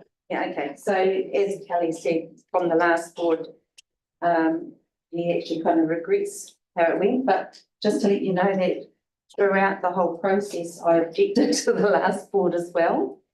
And we're adamant that Marine Parade isn't broke, we don't need to fix it. We can spend the money elsewhere on projects that are needed. Just with the Marine Parade project, I'm really worried about how it will impact our events that we have here, especially surf life saving and coast to coast. I'm thinking you've got cars that are going to be parked on the outside of the cycleway with boards and skis and kayaks and bikes, and they're needing to unload and unload their cars. They're going to have to go across the cycle lane to actually bring their boards and skis across, put them on their roofs. The road's gonna be narrower. It's gonna be quite a nightmare, but, what can I do? It's gonna be accepted option C, and it's not perfect, but All right. there you go. Well, and there's still the maybe chance to amend it. All right, well, in that case, I'll put the motion now. So this is, if you're voting aye, you're voting for option A. So all those in favour say aye. This is for A. No. I'll just check that. So we'll try that again. So all those in favour of option A say aye. Aye. All those against say no. No. The noes have it. All right, so we've had a foreshadowed of option C. I'm not going to put debate on this. So we have a mover. So you want to move it, Mr. Least, and seconded by Alex. So that's option C. Now that's on the table. Did you want to move an amendment? Just we have so you're wanting to. So what I think would be the most helpful way to do an amendment would be to say, so we could go to option, we go to 7, and just say, I'll say what's in my head, and you tell me if you agree with that as an amendment. That staff to investigate, so moving the crossing point by the exit of the North Beach. North ramp. The North Ramp, we'll say North Ramp, exit of the North Ramp further away.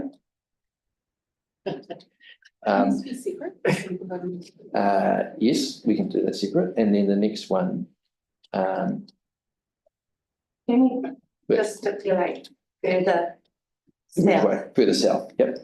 Further south. Towards Further south. Time Warner. Towards Hepurna Time Warner. Yep. Correct spellings, yeah.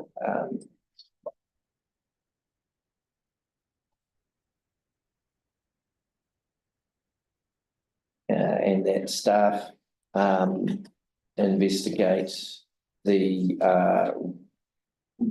also removing or reducing the build outs on the western side Of Lonsdale Street. of Marine Parade by Lonsdale Street.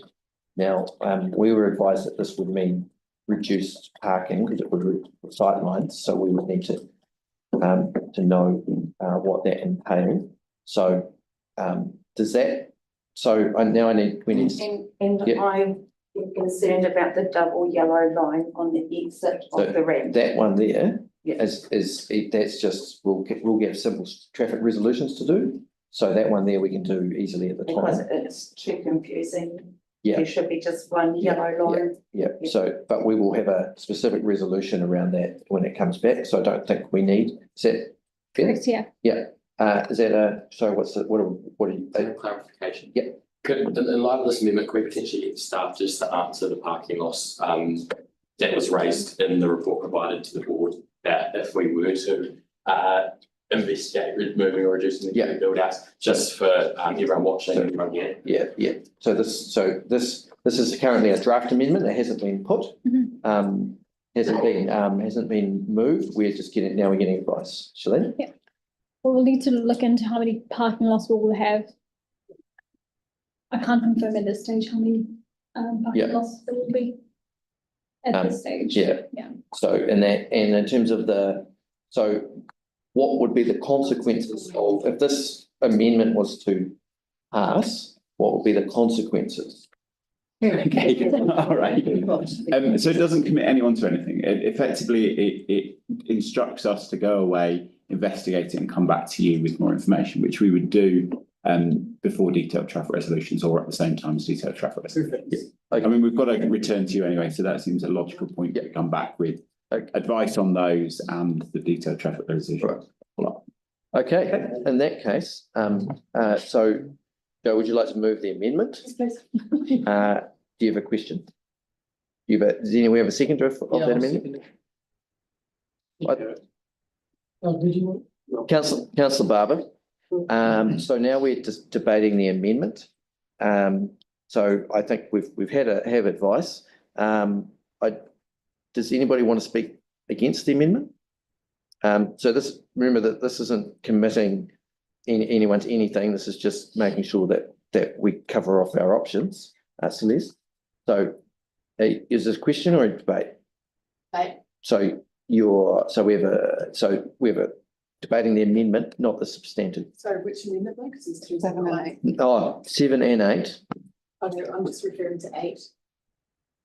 Okay, well, So I'll just. so do you, okay, so we will, because they're numbered off in separate resolutions, we'll discuss, we're discussing 7. Okay, so Joe's moved 7, and it's been seconded by Kelly. So no, nobody wants to speak against 7. So why don't we move, so that's been moved and seconded. I'll put that amendment. All those in favour say aye. Aye. Against, carried. So that is now the substantive. And now, Joe, you want to move 8 as well. And do we have a seconder for 8? Greg? All right, so now we have an amendment. Did anyone want to speak against this amendment? So, Celeste? From what I understand, the purpose of the build outs is to, so to speak, with people going around the corner, also reduce distance of pedestrians crossing. Those particular roads have been identified as being risky, so I'm not sure how useful it is to investigate something that we know has a benefit. I'm not sure what the disadvantage of those build outs are. I think some of the build outs potentially in other areas aren't in the right place, but I definitely think they're needed on the corners. So I'm not sure what the value is. So I'm not in support of that particular one. Okay, great. Yeah, the reason I support it is we've had a fairly good consultation and indication through the Aranui Streets for People around corners and curb build outs. And having potentially something like this looked at to make sure that the sizing and shaping of it all is relevant to what's worked there and what didn't work. The point that was raised originally by Joe was around it was quite narrow, which was exactly what had been the issue around Aranui. So that was the reason that I believe it's a good thing to have further investigation into, and we've got some really good case studies basically being done already to make sure that the roads is a sufficient size to be able to be used. Yeah, so I'll vote with advisedly for this, with the understanding that we could potentially have a reduced build out, or we could or that the advice will come back that we either have to remove more parking, which is what the community has very clearly said we don't want, or we need to keep the build outs. I don't want to compromise on safety, but I am willing to seek more information. Just to be clear that we, in some ways, we're going to have to compromise, but I'm happy to get more information for us to make the final decision. Did anybody else wish to speak to the amendment, Alex? Yeah, I'll just really quickly speak for this. I do believe that as board members, we've got a responsibility to ensure that we look at every option. We've seen through this process that we've gone back to the community, we've heard their thoughts. So I would like to see investigation into this. I don't want to put at risk the safety of our community or the car parks that people who are supporting this amendment have been constantly talking about the risk of losing. So I do want to see that investigation come back. But happy to support it. All right. Does anyone else want to speak against this? Right. So I don't think we need your right of reply. Do you want your right of reply? Yeah. Okay. I just want to highlight to everyone that the road at present is going to be narrowed by 3 metres, and then there's going to be another island on the other side, which is going to narrow that road by about 4 metres already. And then if they build out the other side, it's going to take it even narrower. So it is very squeezed in there. It's a bus route. There's people turning in and out of that street. There's a lot happening in that area, and that's one of the reasons why if you're so squeezed in, that it's going to get too dangerous. Right, well, motion will now be put. All those in favour say aye to this. Against? Carried. So that's now the substantive, so that 3 through 8. So I'm just going to move the substantive now. All those in favour say aye. Aye. Against? Would you like that noted? Yes, please. Can we have that noted? Noted, I wasn't paying attention. I was- So Joe would like her vote against. So that is carried. Thank you, members, for really constructive debate, questions, and thank you to staff for all your work and going forward, and to the members of the community who've submitted and come along and spoken. Really grateful for that. We will now just have a short pause and we'll come back and we'll have a public forum and about accretion, and then we'll go to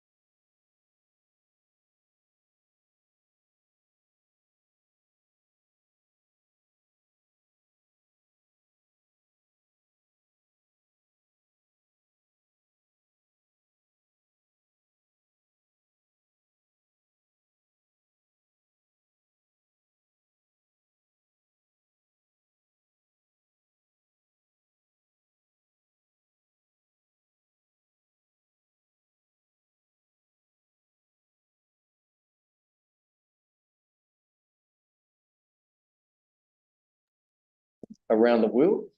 And my colleagues, even though I'm diabetic, they've still offered me chocolate. So nice.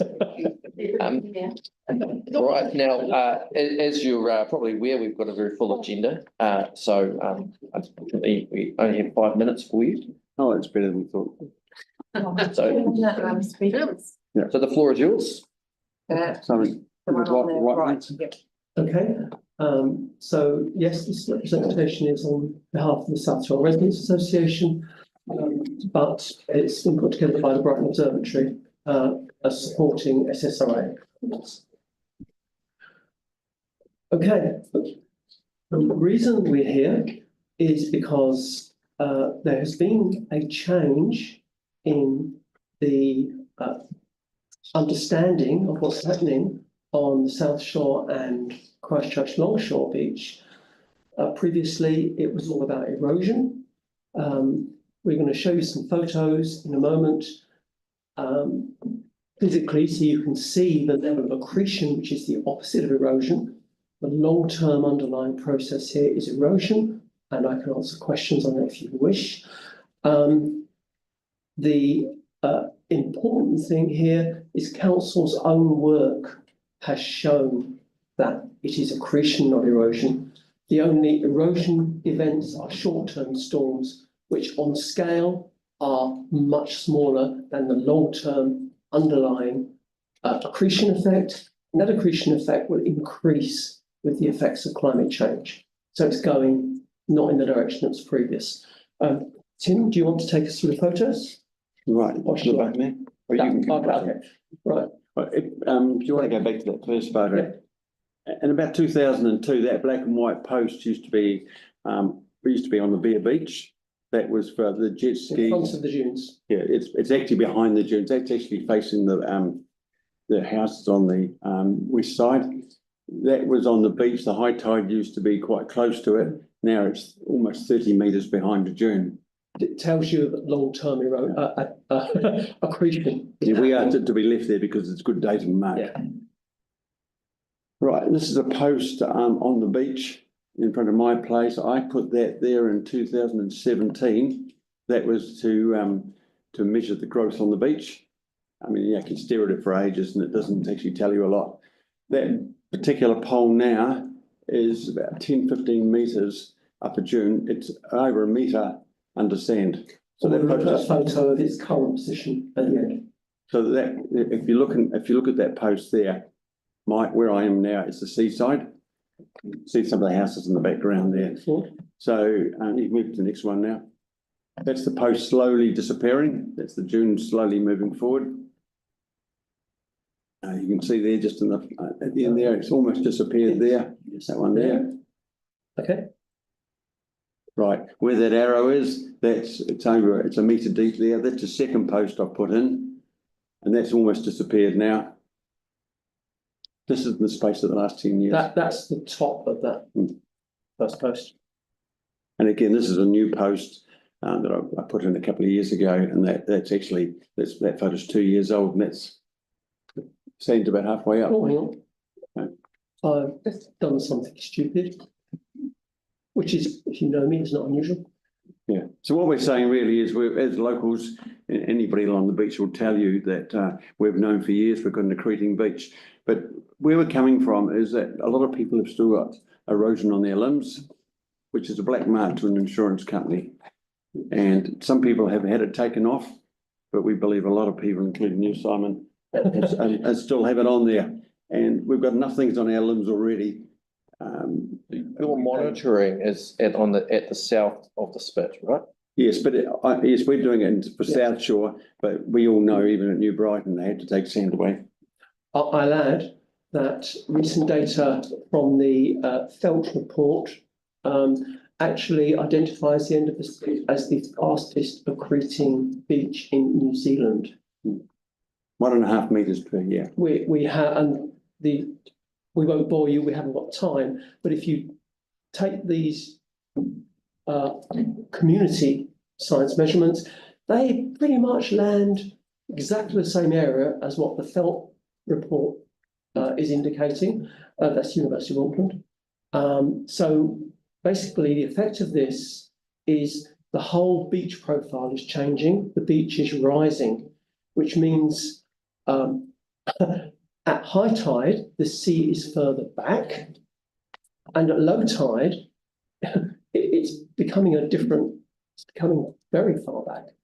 I don't know how much you want to speak on. We've got about 20 seconds. Well, maybe I'll shut up then. Questions? Okay, we've got time for about one question. Anybody have any questions? Liz? So in terms of the action, you're looking at getting some, another sort of review of your LIM. Is that specifically what you're looking for, or? As far as we know, we've seen a letter from the past manager of regulation. I've seen a letter which was to a resident saying, oh, because erosion is no longer an issue, we're removing that from your LIM. But that's true for pretty much all of the coastal side of South Shore. And we don't understand how one could be and not the whole, because it's the whole beach which is climbing up. I mean, we'll be there, Methuselah, until it erodes, you know. I guess we'll be able to refer that to staff for to follow up and get back to us. Thank you. Thank you very much for your time. Appreciate it. Sorry for the wait. No, thank you for your patience. Right, so now we move to item number 9. So we have Peter and Hannah.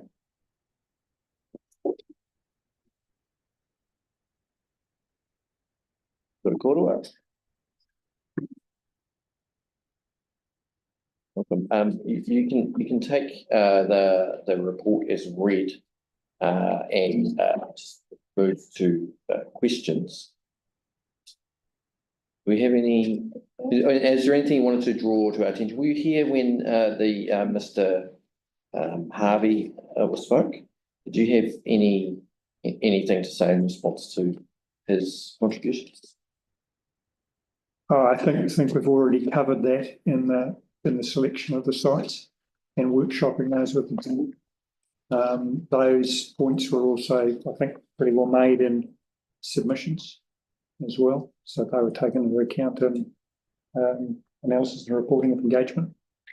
No, I think in conversation with Councillor Hanson, we did wonder about potentially removing 2 speed humps and using any leftover funds to do some repairs on the side. Because, you know, on the cemetery side, you've got all that erosion and degradation of where a lot of cars park at times.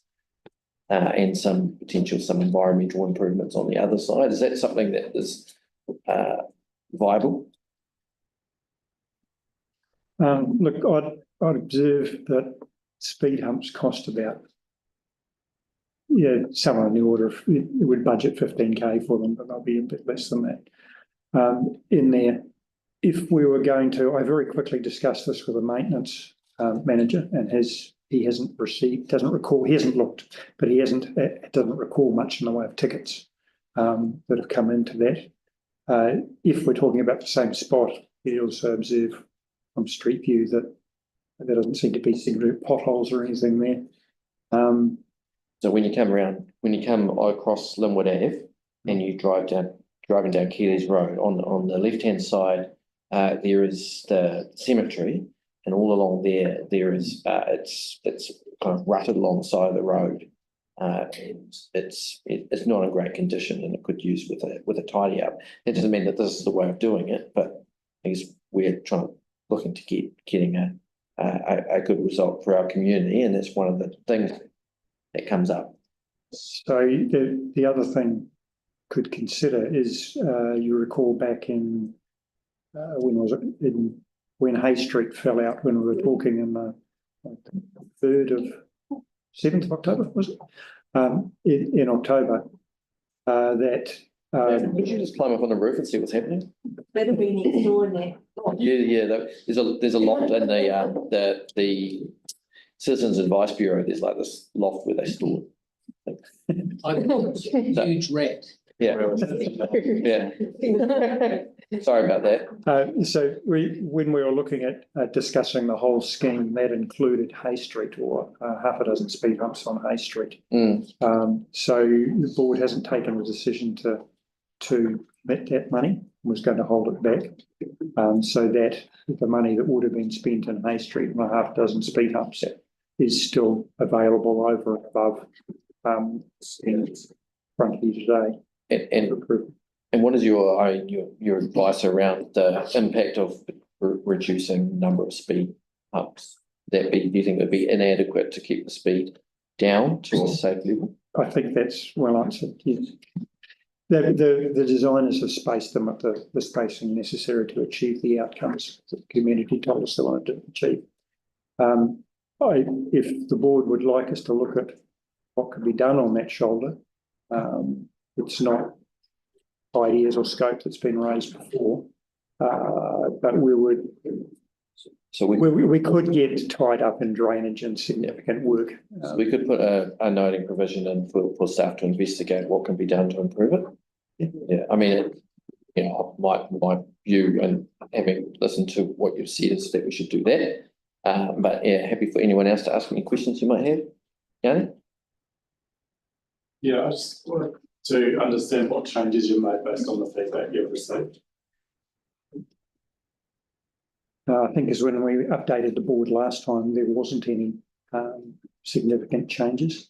The only change I'm aware of that happened during the scheme was to address a comment by the safety auditor, and that was to shift the westernmost speed hump on Bromley Road closer to the intersection, just off the end of the existing island. I mean, I'm just curious to know why there's been no change. I mean, the whole point of engaging is to get people's views to hopefully qualify the design that we put up for consultation to reflect the community feedback.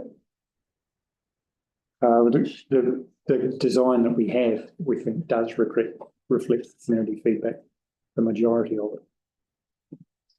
It's also when we themed the feedback opposing, the key themes were that it's unneeded or a waste of money.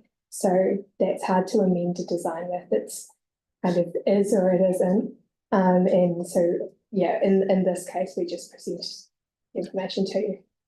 Is there a, so tomorrow council is being asked to talk to approve the transport program. There was. Can we, sorry, just need to be precise in your questioning, please. Yeah. So the Improving Bromley Roads budget was proposed to be increased.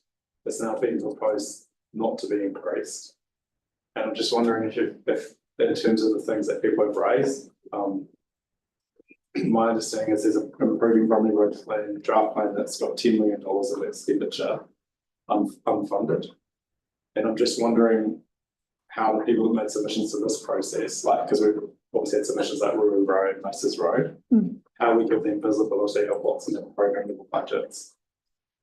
Sorry, that's not precise as I would have liked. Like, you can take this offline. What I'm asking members to do is focus on the decision we're making today. How does this impact the decision you're making today, Yanni? Oh, because there's other projects that the community might want that we thought were going to be funded that are likely no longer to be funded, which means this is the only funding we have for the Improving Bromley Roads traffic plan.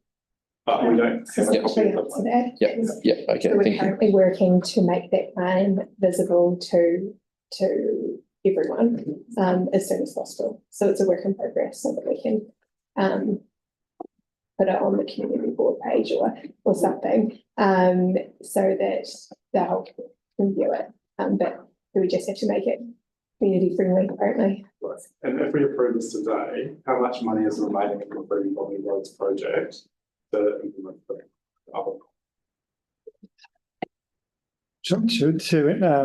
The budget, I believe, was to get back to the report and have a look at it. There is sufficient budget to be able to deliver the phase 1A scope, plus the equivalent of about the half a dozen speed humps maybe in there. So another, what's that? That's going to be $60,000, $80,000, something like that. We get a little under 100.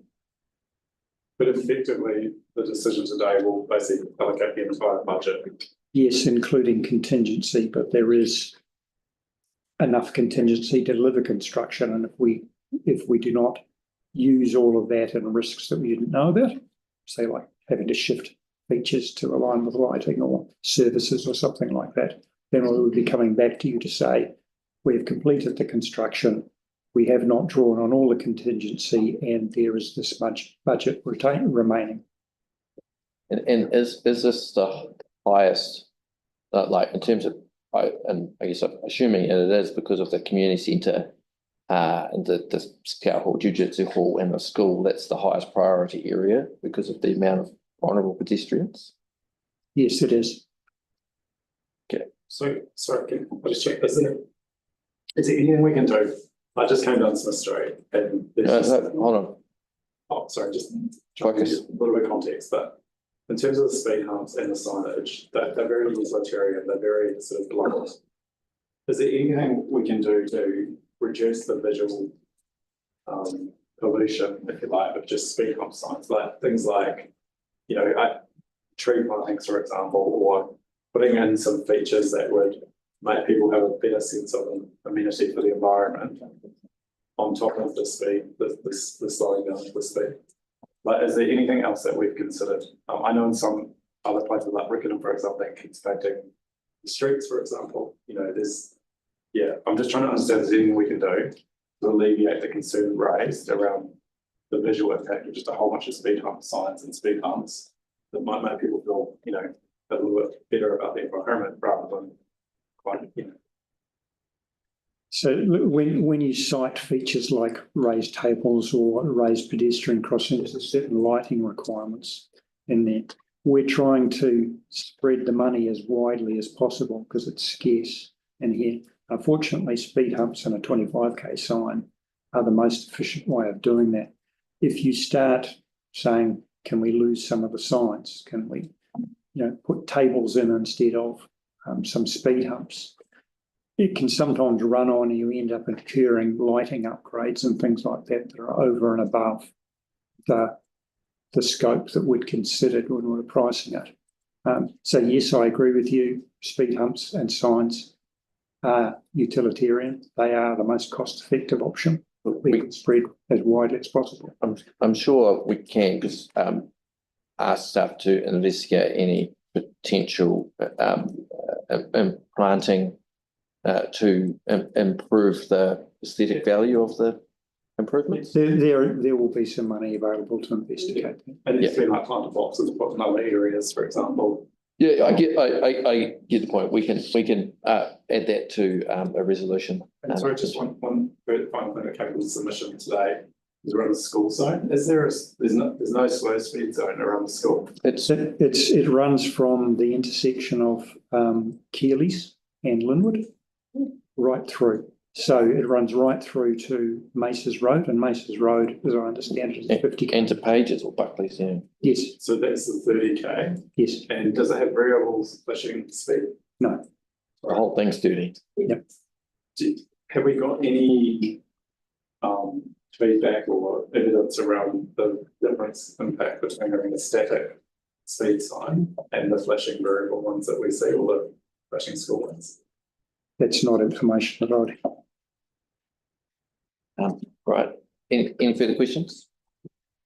All right. Well, I am happy to move the staff recommendation with requested staff investigate options of improving the berm on Keely's Road on the side where it borders the cemetery, and also requested staff investigate options for planting to improve the amenity of the improvements. Amenity of the road improvements. Are you wanting to? Yeah, just I wonder if it's possible just to add a noting provision in response to submissions around road renewal that council is working on a Bromley plan to show. The council is working on a Bromley traffic plan. It currently has Ruru Road and Maces Road scheduled for renewal. Something that just recognises that work is happening, so that people understand. Which is good. Part of the response. Yep. Do you have some additional advice? Could I just clarify that those extra points that we're investigating are subsequent to committing to design and construct? Yeah, the first 13 resolution, they come first, and then so once that's the order. That's clear. Thank you. Yeah, so it's not the priority is delivering on the things that we decide first. Yeah, so I've moved that. Do we have a seconder? Seconded by Jackie. I'm just going to say I'm really pleased that we were able to deliver some improvements in Bromley. Really thank you for your work. I know that it's been it's taken a long time, but there's been a whole bunch of things happening in the traffic space. I just this is a community that I spend a fair bit of time in, and to be able to improve safety for all the people that use that park and the school, I'm just really happy to be able to support. So, anybody else wish to speak? Jackie? In debate. Yep.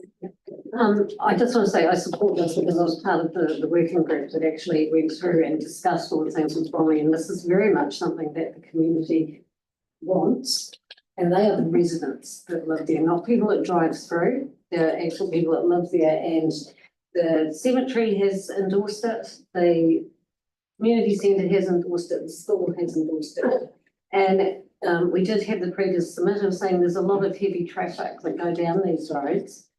But in actual fact, these are not heavy traffic roads. They're residential streets. So the actual heavy traffic shouldn't be going down there anyway. And he's saying, well, slowing down, stopping, speeding up is going to create noise. Well, at the moment, they've got speeding heavy traffic going down these roads, making it dangerous for anyone that's trying to cross it, but it also makes the houses shake around Bromley Road and Kennings Road as well. Very difficult for people who are attending funerals at the funeral home with the speed of the cars that are going around that Kennings Road bend and Daniels along Bromley Road. So that's why I support this. All right. Anyone else wish to speak in favour? Yeah. Thank you. Yeah, I mean, I think it's better that we do something rather than nothing. So I will support this, but it's not lost on me the contrast between the tens of millions that we spend around the new rugby stadium, for example, with all the flash stuff, versus here where in the lowest socioeconomic parts of our city, we struggle to get the funding to do basic safety improvements, and many times they're very basic without putting in the things that enhance the amenity for a community. And if you look through this area, I mean, what's really obvious is that it doesn't have good cycling access, it doesn't have good footpaths, and it's got a whole bunch of heavy vehicles speeding through it. So I hope, and it's probably more of a case of the next phase when we get the Bromley traffic plan in a way that we can talk to our community about the different ideas for improvements, that we can start to see some of that amenity improvement and environmental enhancement that people have been asking for. I was, at one of the first public meeting, and the memo that we had at the community board at the time, this wasn't just about safety, it was also about amenity improvement. That was a major concern that people had, and I think that's reflected in some of the submissions you see in this report. I'm also really keen that we, as a board, and I know it's not part of today, but we do have the opportunity to look at the potential of Hay Street to be a really nice boulevard that could be a healthy streets example of improving outcomes for people, both from a safety point of view, a cycling point of view, and a pedestrian point of view, along with addressing the heavy vehicles. So, I'm concerned that we're spending all the money on this, that I've fought so hard to get a council budget over so many years, but I do think we do need to improve the safety in this community, and speeding traffic has been a problem, and this does go a way to address that. So, thank you for the staff, the work that they've done on this, and I do support just having a few more of the provisions that we put up as amendments, just to make sure that the community feel like we are responding to the things that have been raised in submission, even though they might be technically slightly out of scope of this. So thank you for accepting those two. All right. Do we have anybody wish to speak against? Because we've had 3 people in favour. Well, no, well, I'll just have my rival say, all progress is progress. And thank you very much to staff for their work and the community for participating in this process. The motion will now be put. All those in favour say aye. Aye. Against? Carried. All right. Thank you. So now we move to Oric and Wainoni, the proposed intersection improvement.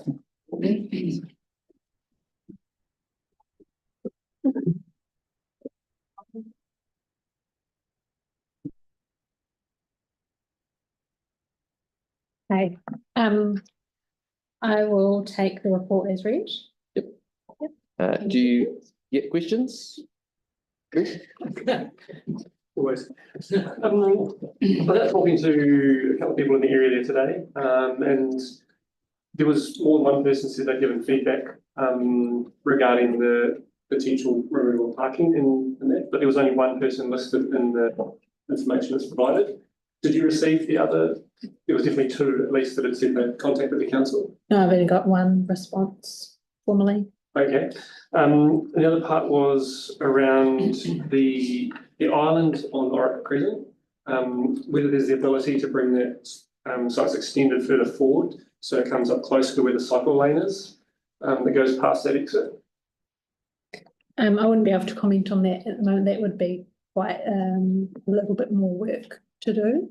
When we're looking at this, it's the measurement we take from the limit line.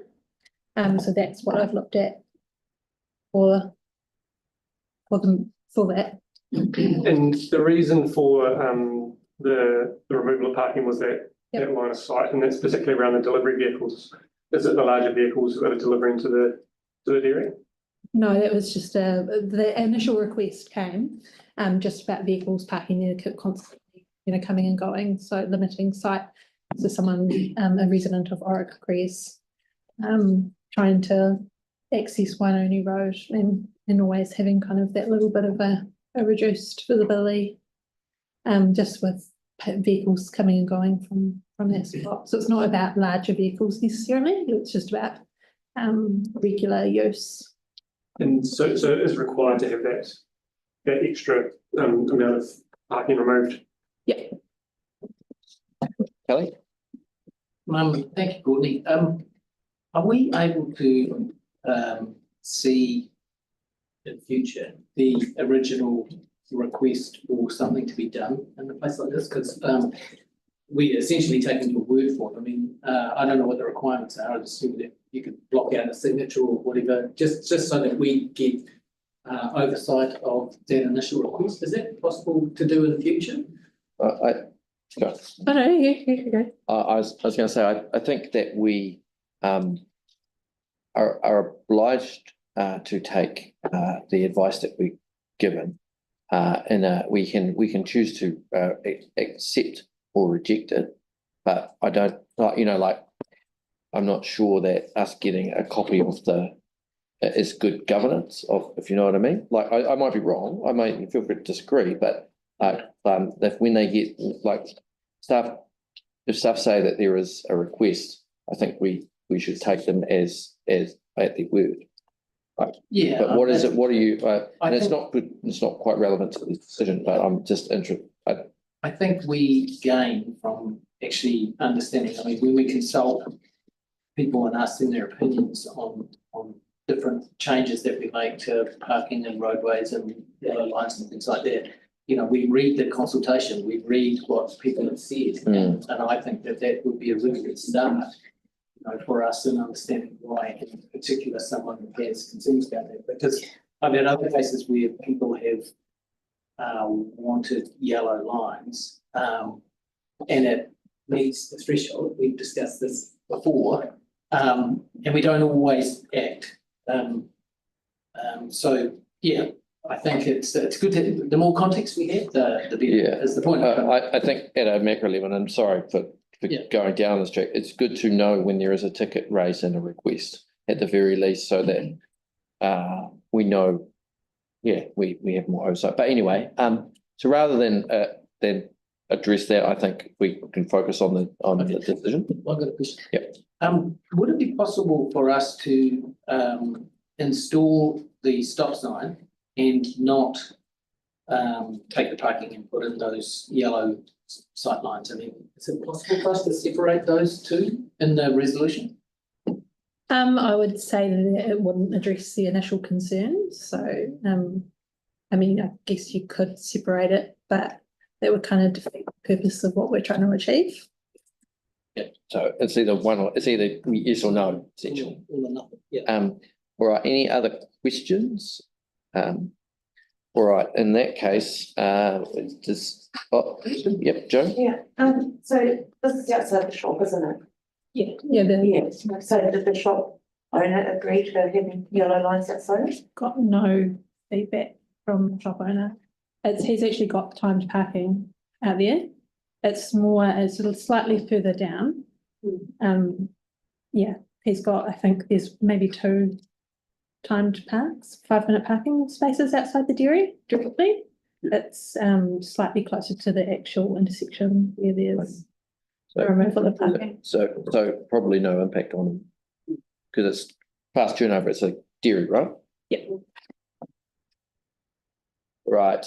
In that case, would anyone like to move the staff recommendation? No, nobody would like to move the staff recommendation. Jackie move. Do we have a seconder? I'll second it pro forma. So well, it means that I'm interested in why there was nobody to move it, and I want to hear debate. So if somebody who is opposed to it would like to start the debate. Doesn't Jackie get to go first? Yeah, but I'm interested to first hear from the people whose ward it is. Oh no, it's our ward. It's our ward. Yeah. Anyway, sorry, Jackie, you go first. The putting of the stop sign doesn't actually improve the line of sight for people coming out of Warwick Crescent, and that's what the concern is. So that's why, those yellow lines are necessary. Just thinking of, this stretch of road, it is a road where cars can actually go at speed as well. And to actually poke your nose out there to be able to see past those cars where they're parked, it would make it, I understand where the person is coming from. It's difficult for them to see to use that intersection. And it doesn't impact on the parking. I don't think any reason why it shouldn't. I heard from Tim Baker, another innocent Burwood, sorry, the Burwood member, that he supports this, but I am interested to hear from people why they're not in favour of it. I don't think it appears to materially negatively impact people when it meets with the concern of the residents to improve intersection safety. But I'm interested to hear the debate from others. Anyone else wish to speak? Greg? Yeah, so today I spoke to the dairy owner, and his concern is around loss of parking. While I was there, I witnessed multiple cars parking in the 2 spaces up front. Also, the use of those parks beyond that as well. He said he sometimes has up to 400 customers a day, and if you're looking at that, there's 40 people per hour over a 10-hour period that are coming and going and through those places. Talking to the resident that lives behind them, they regularly have people parking in their driveway because they've got enough parking at that point. So that's 2 people that are directly affected, and if people are already parking and blocking a resident's driveway, and we're removing more parking from that space, then they are being affected in quite a considerable form. Also discussed it with the dairy owner around trying to find ways to improve sightlines, particularly with the larger vehicles, because they're the ones that are parked there for long periods of times. Customers come and go quite regularly. And he was sending an email today to suppliers to ask if they could park prior to the dairy, so that there was a less of an impediment of line of sight from the particularly larger vehicles that are parked there. Let's say, having talked to the 3 people that are directly affected around that, they were against, 2 of them were particularly against it, and the other one wasn't too bothered, but he preferred that the cell phone tower wasn't going to go on the corner, with more of an issue in the future. But now, as I say, like having talked to the businesses affected by it, having seen the amount of traffic that was stopping and going through that space, those parts there do make a difference. And hence why I'd asked around the question of extending the island slightly further than with that yellow line would then allow a better sight line with an extra metre or so to come forward. without it impeding into a cycle lane at that point. So that's the reasons for me voting against it today. Yeah, I'm going to do the same. I know this corner well. I think the stop sign is a really good idea. Rather than, I talked with Courtney about stop signs before, they like to put them in where people really need to stop and to have a give way, people will tend to roll through them. This is a stop sign that I think people will accept. It makes sense. It's a relatively busy road. I'm not too concerned about the sight lines. I'd rather keep the parking for the dairy owner. I don't think it's going to be an issue. I think with the stop sign there, people will stop. They'll take the extra time to look. There's been 2 crashes in 10 years, and considering the volume of traffic that goes down Waitai Road and that comes out of Ora Crescent, I don't think it would be a problem. So I would support it if it was just a stop sign, but it seems we have to throw the baby out with the bathwater. So if we could separate them, I'd be quite happy to go with the stop sign. One clarification from staff, if that's all right. In the report, it says that there's been 2 accidents over the past 10 years, but it wasn't related to the line of sight. Do you know what they were related to? Oh, sorry, I can't remember Okay. off the top of my head. But it wasn't the line of sight. But it wasn't, but yeah. Not quite sure that was a point of clarification, but that was helpful. It was. But We did that. anybody else wish to speak? Okay, well, I'll move the motion, staff recommendation now. All those in favour say aye. Aye. Against? I think that is. So I might have asked for a raise of hands. So all those in favour say aye. Against? Abstentions? Okay, so that has failed. Right, thank you. Now we move to the next item. Sorry, would someone like to second that? Breezes Road. Okay. I'm going to put that without debate, unless anybody really. Who seconded that one? Sorry. Celeste. All those in favour say aye. Aye. Against? Carried. Netley Place. Someone like to move that?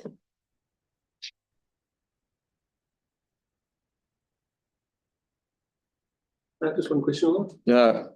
Yep. The parking on the north side of that one there, it starts around the corner where the yellow lines are starting at the end of the place. Is there a reason for that being blocked off there and then allowing some on the other side rather than having, there's one, just like 2 broken yellow lines on that south side of the place? So usually we stagger them so it does allow for some parking. The 2 there for the fire hydrant. Yeah, but that's just staggering it to allow for parking, the most parking you can kind of utilise in the space. So we measure out, what side will be more practical to allow for parking. Right, any further questions? Does anybody want to move the staff recommendation? Moved by Celeste, seconded by.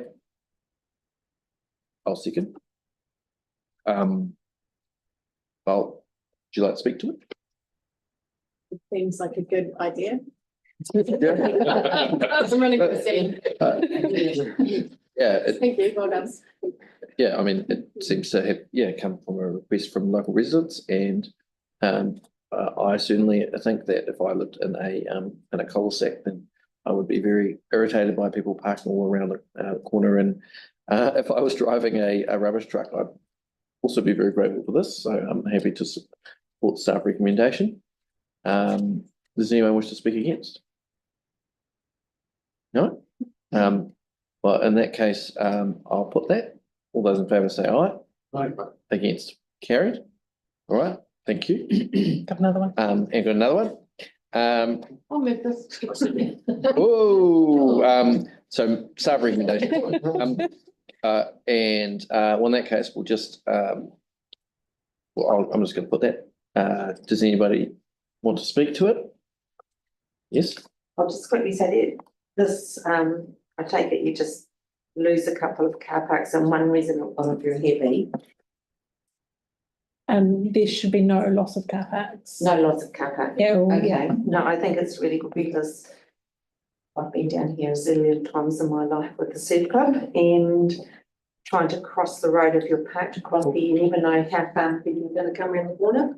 So it's really important. All right, so question from Greg and then Celeste. Was the surf club one of the 3 people that were contacted about this? No, it's just the directly affected residents. So there's the surf club that's literally between the two of them doesn't count if someone's affected. It's, well, we've had quite a short turnaround for this. And the reason for that was because we're trying to obviously get to this meeting so that it would fit in with the maintenance work that's being carried out hopefully in January. So I had about 24 hours for feedback, and it was just the residents directly outside where the speed humps proposed to go that were the directly affected that we needed the really immediate feedback from. So they were Understanding though is that the surf club is in favour of it. Yeah. Yep. Yeah, they did that, right? Same here. Yeah. Any other questions? Celeste, I think, was that question? No. No. Okay, so it's been moved and seconded. I'm going to put that now. All those in favour say aye. Aye. Against, carried. And someone who's stood there with child and arm many years ago, and people have sped round that corner past me. I'm very grateful to see it going in. Rockingham Road, so moved by Alex, seconded by Celeste. Oh, good. Yeah. So this is Nick, by the way. Oh, hi, Nick. My colleague who will be looking after. Yeah. Oh. Around for 6 months. Oh, all right. Yeah. Oh, it's Drink water at the council. Yeah. Yeah. I'm glad you made. I was going to make that joke. But decided not to.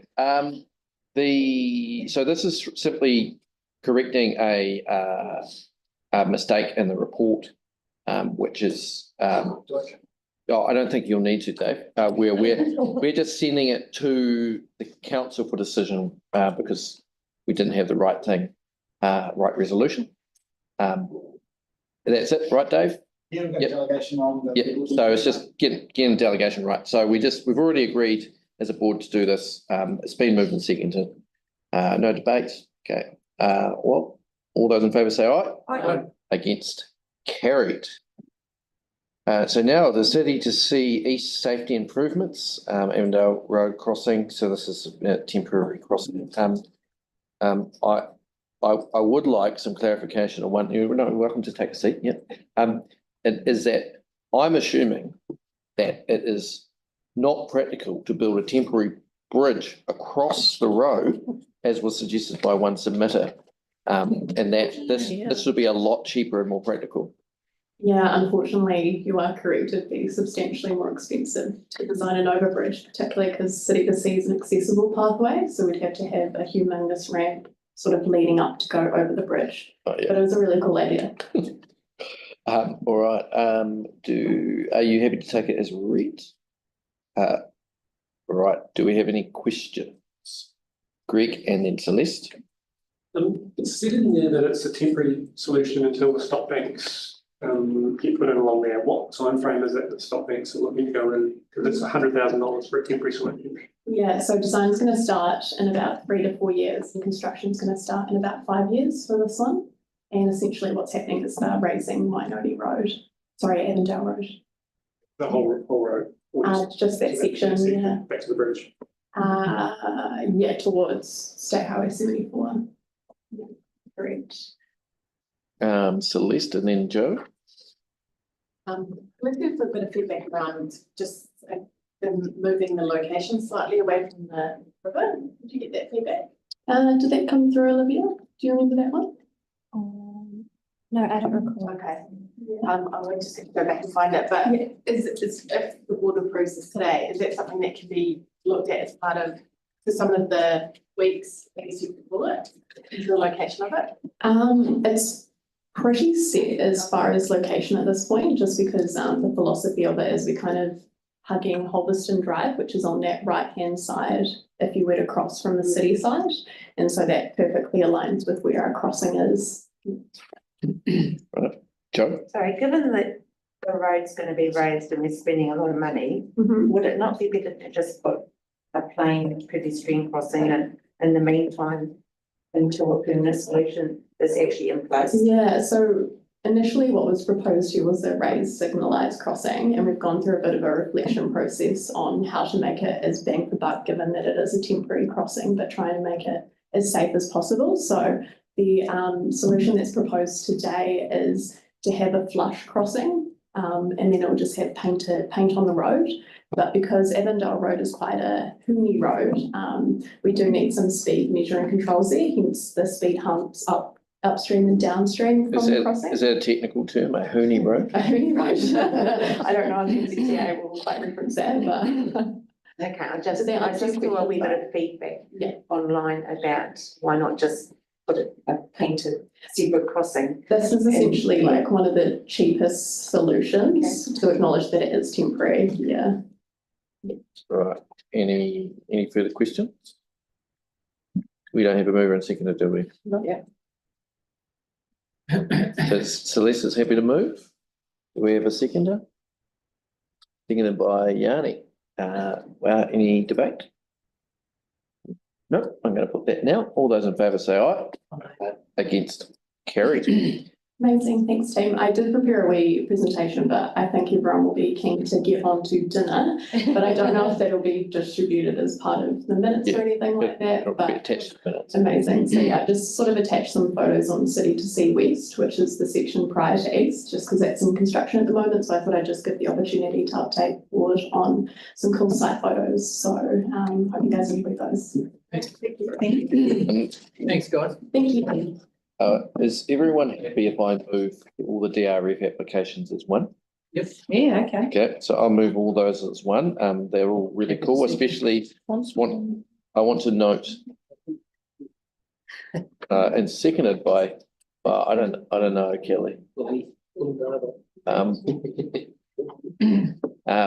I'm just particularly enthused about the Te Pāorakai Hotu one where they're being recognised nationally for their in the media and everything. What was it, sorry? They're about to be recognised internationally. Wow, yeah. Well, that's already been recognised nationally. So really exciting. And this is a school that has only been around for a short time and they're doing real cool stuff. Seconded by Kelly. Oh, cool. Yep, so I'll Good job, Kelly. If you didn't know. I'll put those. All those in favour say aye. Aye. Against, carried. So now we move to the board recess committee.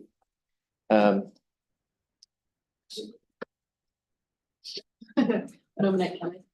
No, so what? No nominations necessary. So moved by Alex, seconded by Jackie. I don't think we need any discussion. All those in favour say aye. Aye. Against, carried. And now the area report. Fancy shirt, bullet. Chris, is anything you'd like to draw our attention to? I think I'm happy to take it largely as read. It's just a really good report. The team have done awesome. There's a couple of updates in there around it's the civil defence, the youth board, but generally it's just a really good update for the board. Cool. Do we have any questions of the report? Yanni? We've got the memo back around Main Street trees. So I'm just wondering, we can't make a decision based on the memo. Is there going to be a decision-making report? No, can you answer that one, Cindy? So as you'll see from the conclusion of that memo, there are no proposed next steps from the arborist. The resident has been advised and provided a copy of that staff memorandum. So there are no proposed next steps. I'm sure our long-serving councillor is aware of the many ways in which elected members can get things on the agenda, if he so chose. Alex? I'm happy for you to tell me with this to elected members information exchange if you want, but just in relation to the ticket reports in relation to bins, and that's not being collected and damaged and lost bins. I'm just a bit concerned about the process that we have in place for residents that have lost their bins and the timeframes that they need to respond to council by in order to receive a bin. I've had a couple of residents that have actually had their bins stolen. They weren't aware of the timeframe being 2 days, or correct me if I'm wrong, probably 3. 24 hours. 24 hours, so they have no bin and they're being charged. And for residents in our communities, it's expensive and quite disappointing. I'm aware it's I can coming. answer this, Yeah. because I was going to Kelly. introduce a notice of motion at council. Yep, go. So effectively, it's 48 hours that people get. All you have to do is contact council. I was going to introduce a notice of motion to change it to 2 weeks, but found out that the cost of that would create a variation in the contract with Waste Management, who pick up the bins, which will cost us like 100K. So it may be something we can look at next time. But in the short term, it's pretty expensive. It will be a contract variation. So yeah, it's a pain in the ass. Even Jake had his bin disappear, and yeah, So, question for staff then, if I can, is there any discretion in that? Taking into account, incapacity because of disabilities? They tend to be somewhat lenient if you perhaps act on their behalf. So if there's a problem, there have been cases where the fee is not being charged. In the particular case of a guy who waited 2 weeks, does a huge amount of recycling, was absolutely gutted. He didn't want to bother the council, but we're told that it must be reported in 48 hours. If it turns up, great. If it doesn't turn up, then people get a new bin for free. It's part of the contract. Is this a question, is this on the same topic on bins? Can we not have more discussion about bins? I think we've had it. Does anybody else have any questions of? Because we can't really do anything more about this other than In the short term. like if councillors would like to get a change to the contract, also. Other than that, we are stuck where we are. Sorry, I just wanted to follow up again on the tree issue. We have a tree policy. We're supposed to give an annual report on trees that are removed, etc. Have we had anything back from the staff on that? I've raised it several occasions now that we are supposed to get. We've had other deputations around trees, but we're supposed to get an annual report of trees that have been removed under staff delegation by decisions for projects and what replanting has happened. So I'm still have that email in my inbox. Yeah. And I chase staff at least once a month. Yeah. But as you will be aware, that team isn't huge and they're currently still working through all the urban forest planting plans through all community boards, so citywide. So I'm prompting every month, can we have an update on this? Can we have an update on this? Soon as the update has been received, and I'll be chasing again after the post meeting work's done, I'll be back to the bottom of my emails, going back up, chasing all the outstanding requests. As soon as I've got a response, I'll share that with the whole community board. Right, okay. And just wanted to check if there'd been any, obviously the wastewater treatment plant has been bad and that's probably why we got the wee memo today. It is, yes. We've also got an outstanding resolution around the liaison group. When is that coming back to us? Because none of the comms that's been going out from the council resolution around the future of the activated sludge treatment has even referenced the fact that council passed a resolution to look at a liaison group. And the work has started on the demolition, which is great. But one of the concerns from the public meeting that people had was, what about the construction and the demolition effects on us on a day-to-day basis? Yeah, so I think you had a response from the head of Free Waters at the end of last week, just saying that the memo is being worked on. But like, do we have a time frame? Like, because obviously as we're getting more into summer, more problematic, and it's been several months now, that's the resolution.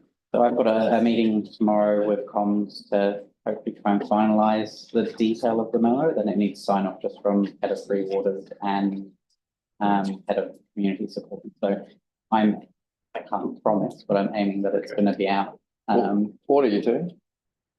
My apologies. Sorry. But I'm aiming that it'll be out, as soon as possible. Right. any further questions of this report?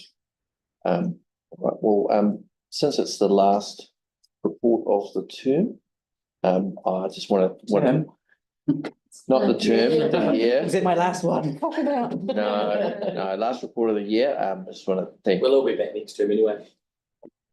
That's spirit. Thanks staff for all the work that goes in producing the report, but especially all the work behind it. And we're really lucky to have you all out doing work for the board and for our community. So thank you very much, Chris, and each and every one of you. Thank you. All right.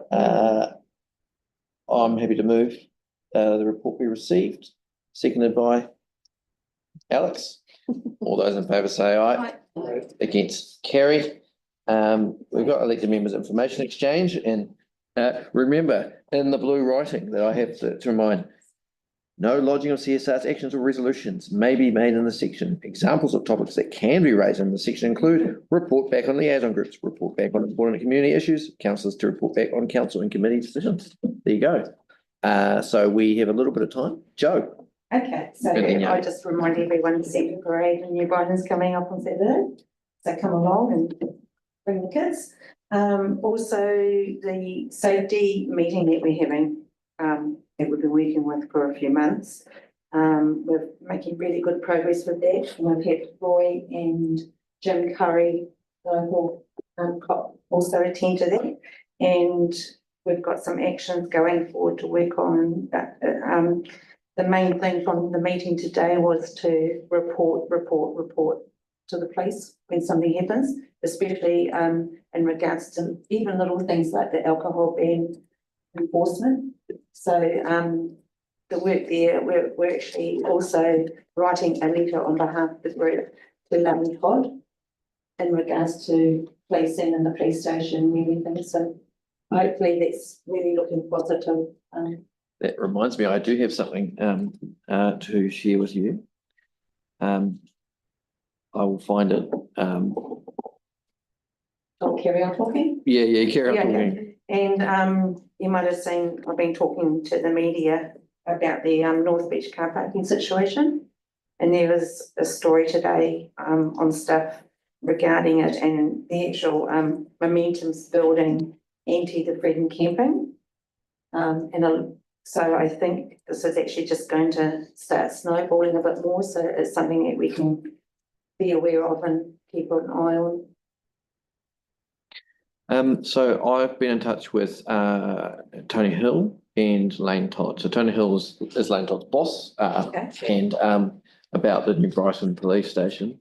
So here I'll read out this email, and from no, it's not. Thank you. Was telling other people to put this on. It says, thanks for your email. I appreciate concerns about New Brighton front counter, and at some stage it'd be good to catch up and discuss the plan for front counters across the city. A conversation Lane will probably be having with a few communities as we look to change our model. Essentially, we're looking to improve our visibility in public, and whilst the number of counters may reduce, it gives police the ability to have resources more mobile, which provides a far greater sense of safety to our communities, to which I said the board is of the view, and we think our community is too, that visibility should include having easy access to being able to report issues, seek help, and to drop off items, etc. And to which Lane Todd said, I am attending your community board early next year, so happy to discuss further there. Awesome. There we go. Celeste.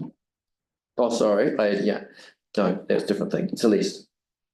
I'm sorry, it was just a bit of clarification. So did we write a letter? That was part of the letter, a formal letter, or was it? So because it wasn't formal meeting, I just wrote in my capacity as chair, and got I was a little bit delayed in writing that, but I got a pretty quick response, so that was good. I have a lot of time for Tony. Okay, great. So do we, just to understand, do we need to do also a letter formally as a board, or is that matter closed off for that? I think that's closed off now. They're very clear about what our view is. Yeah. Okay. Thanks for the update. No worries. Anybody else have anything for members info? Yanni. So just to bring the board members' attention, there's a report going on bus stops to the council on Wednesday, and I don't know if the board's had a chance to actually consider that report. It's to do with reprioritisation of the bus stops that are going into the Linwood area. I believe that we've made a submission on it. But I don't know what's changed in that time. Okay. Be good to know. So, yeah, it just tomorrow also at council. So we've got 2 meetings. We've got a meeting around the annual plan and transport, and then on Wednesday we've got this one on the transport choices bus stops. But it just got me thinking. Obviously the board had got a view of the Order, please. Just try to have one conversation at a time. Budgets, and some board members sort of provided feedback.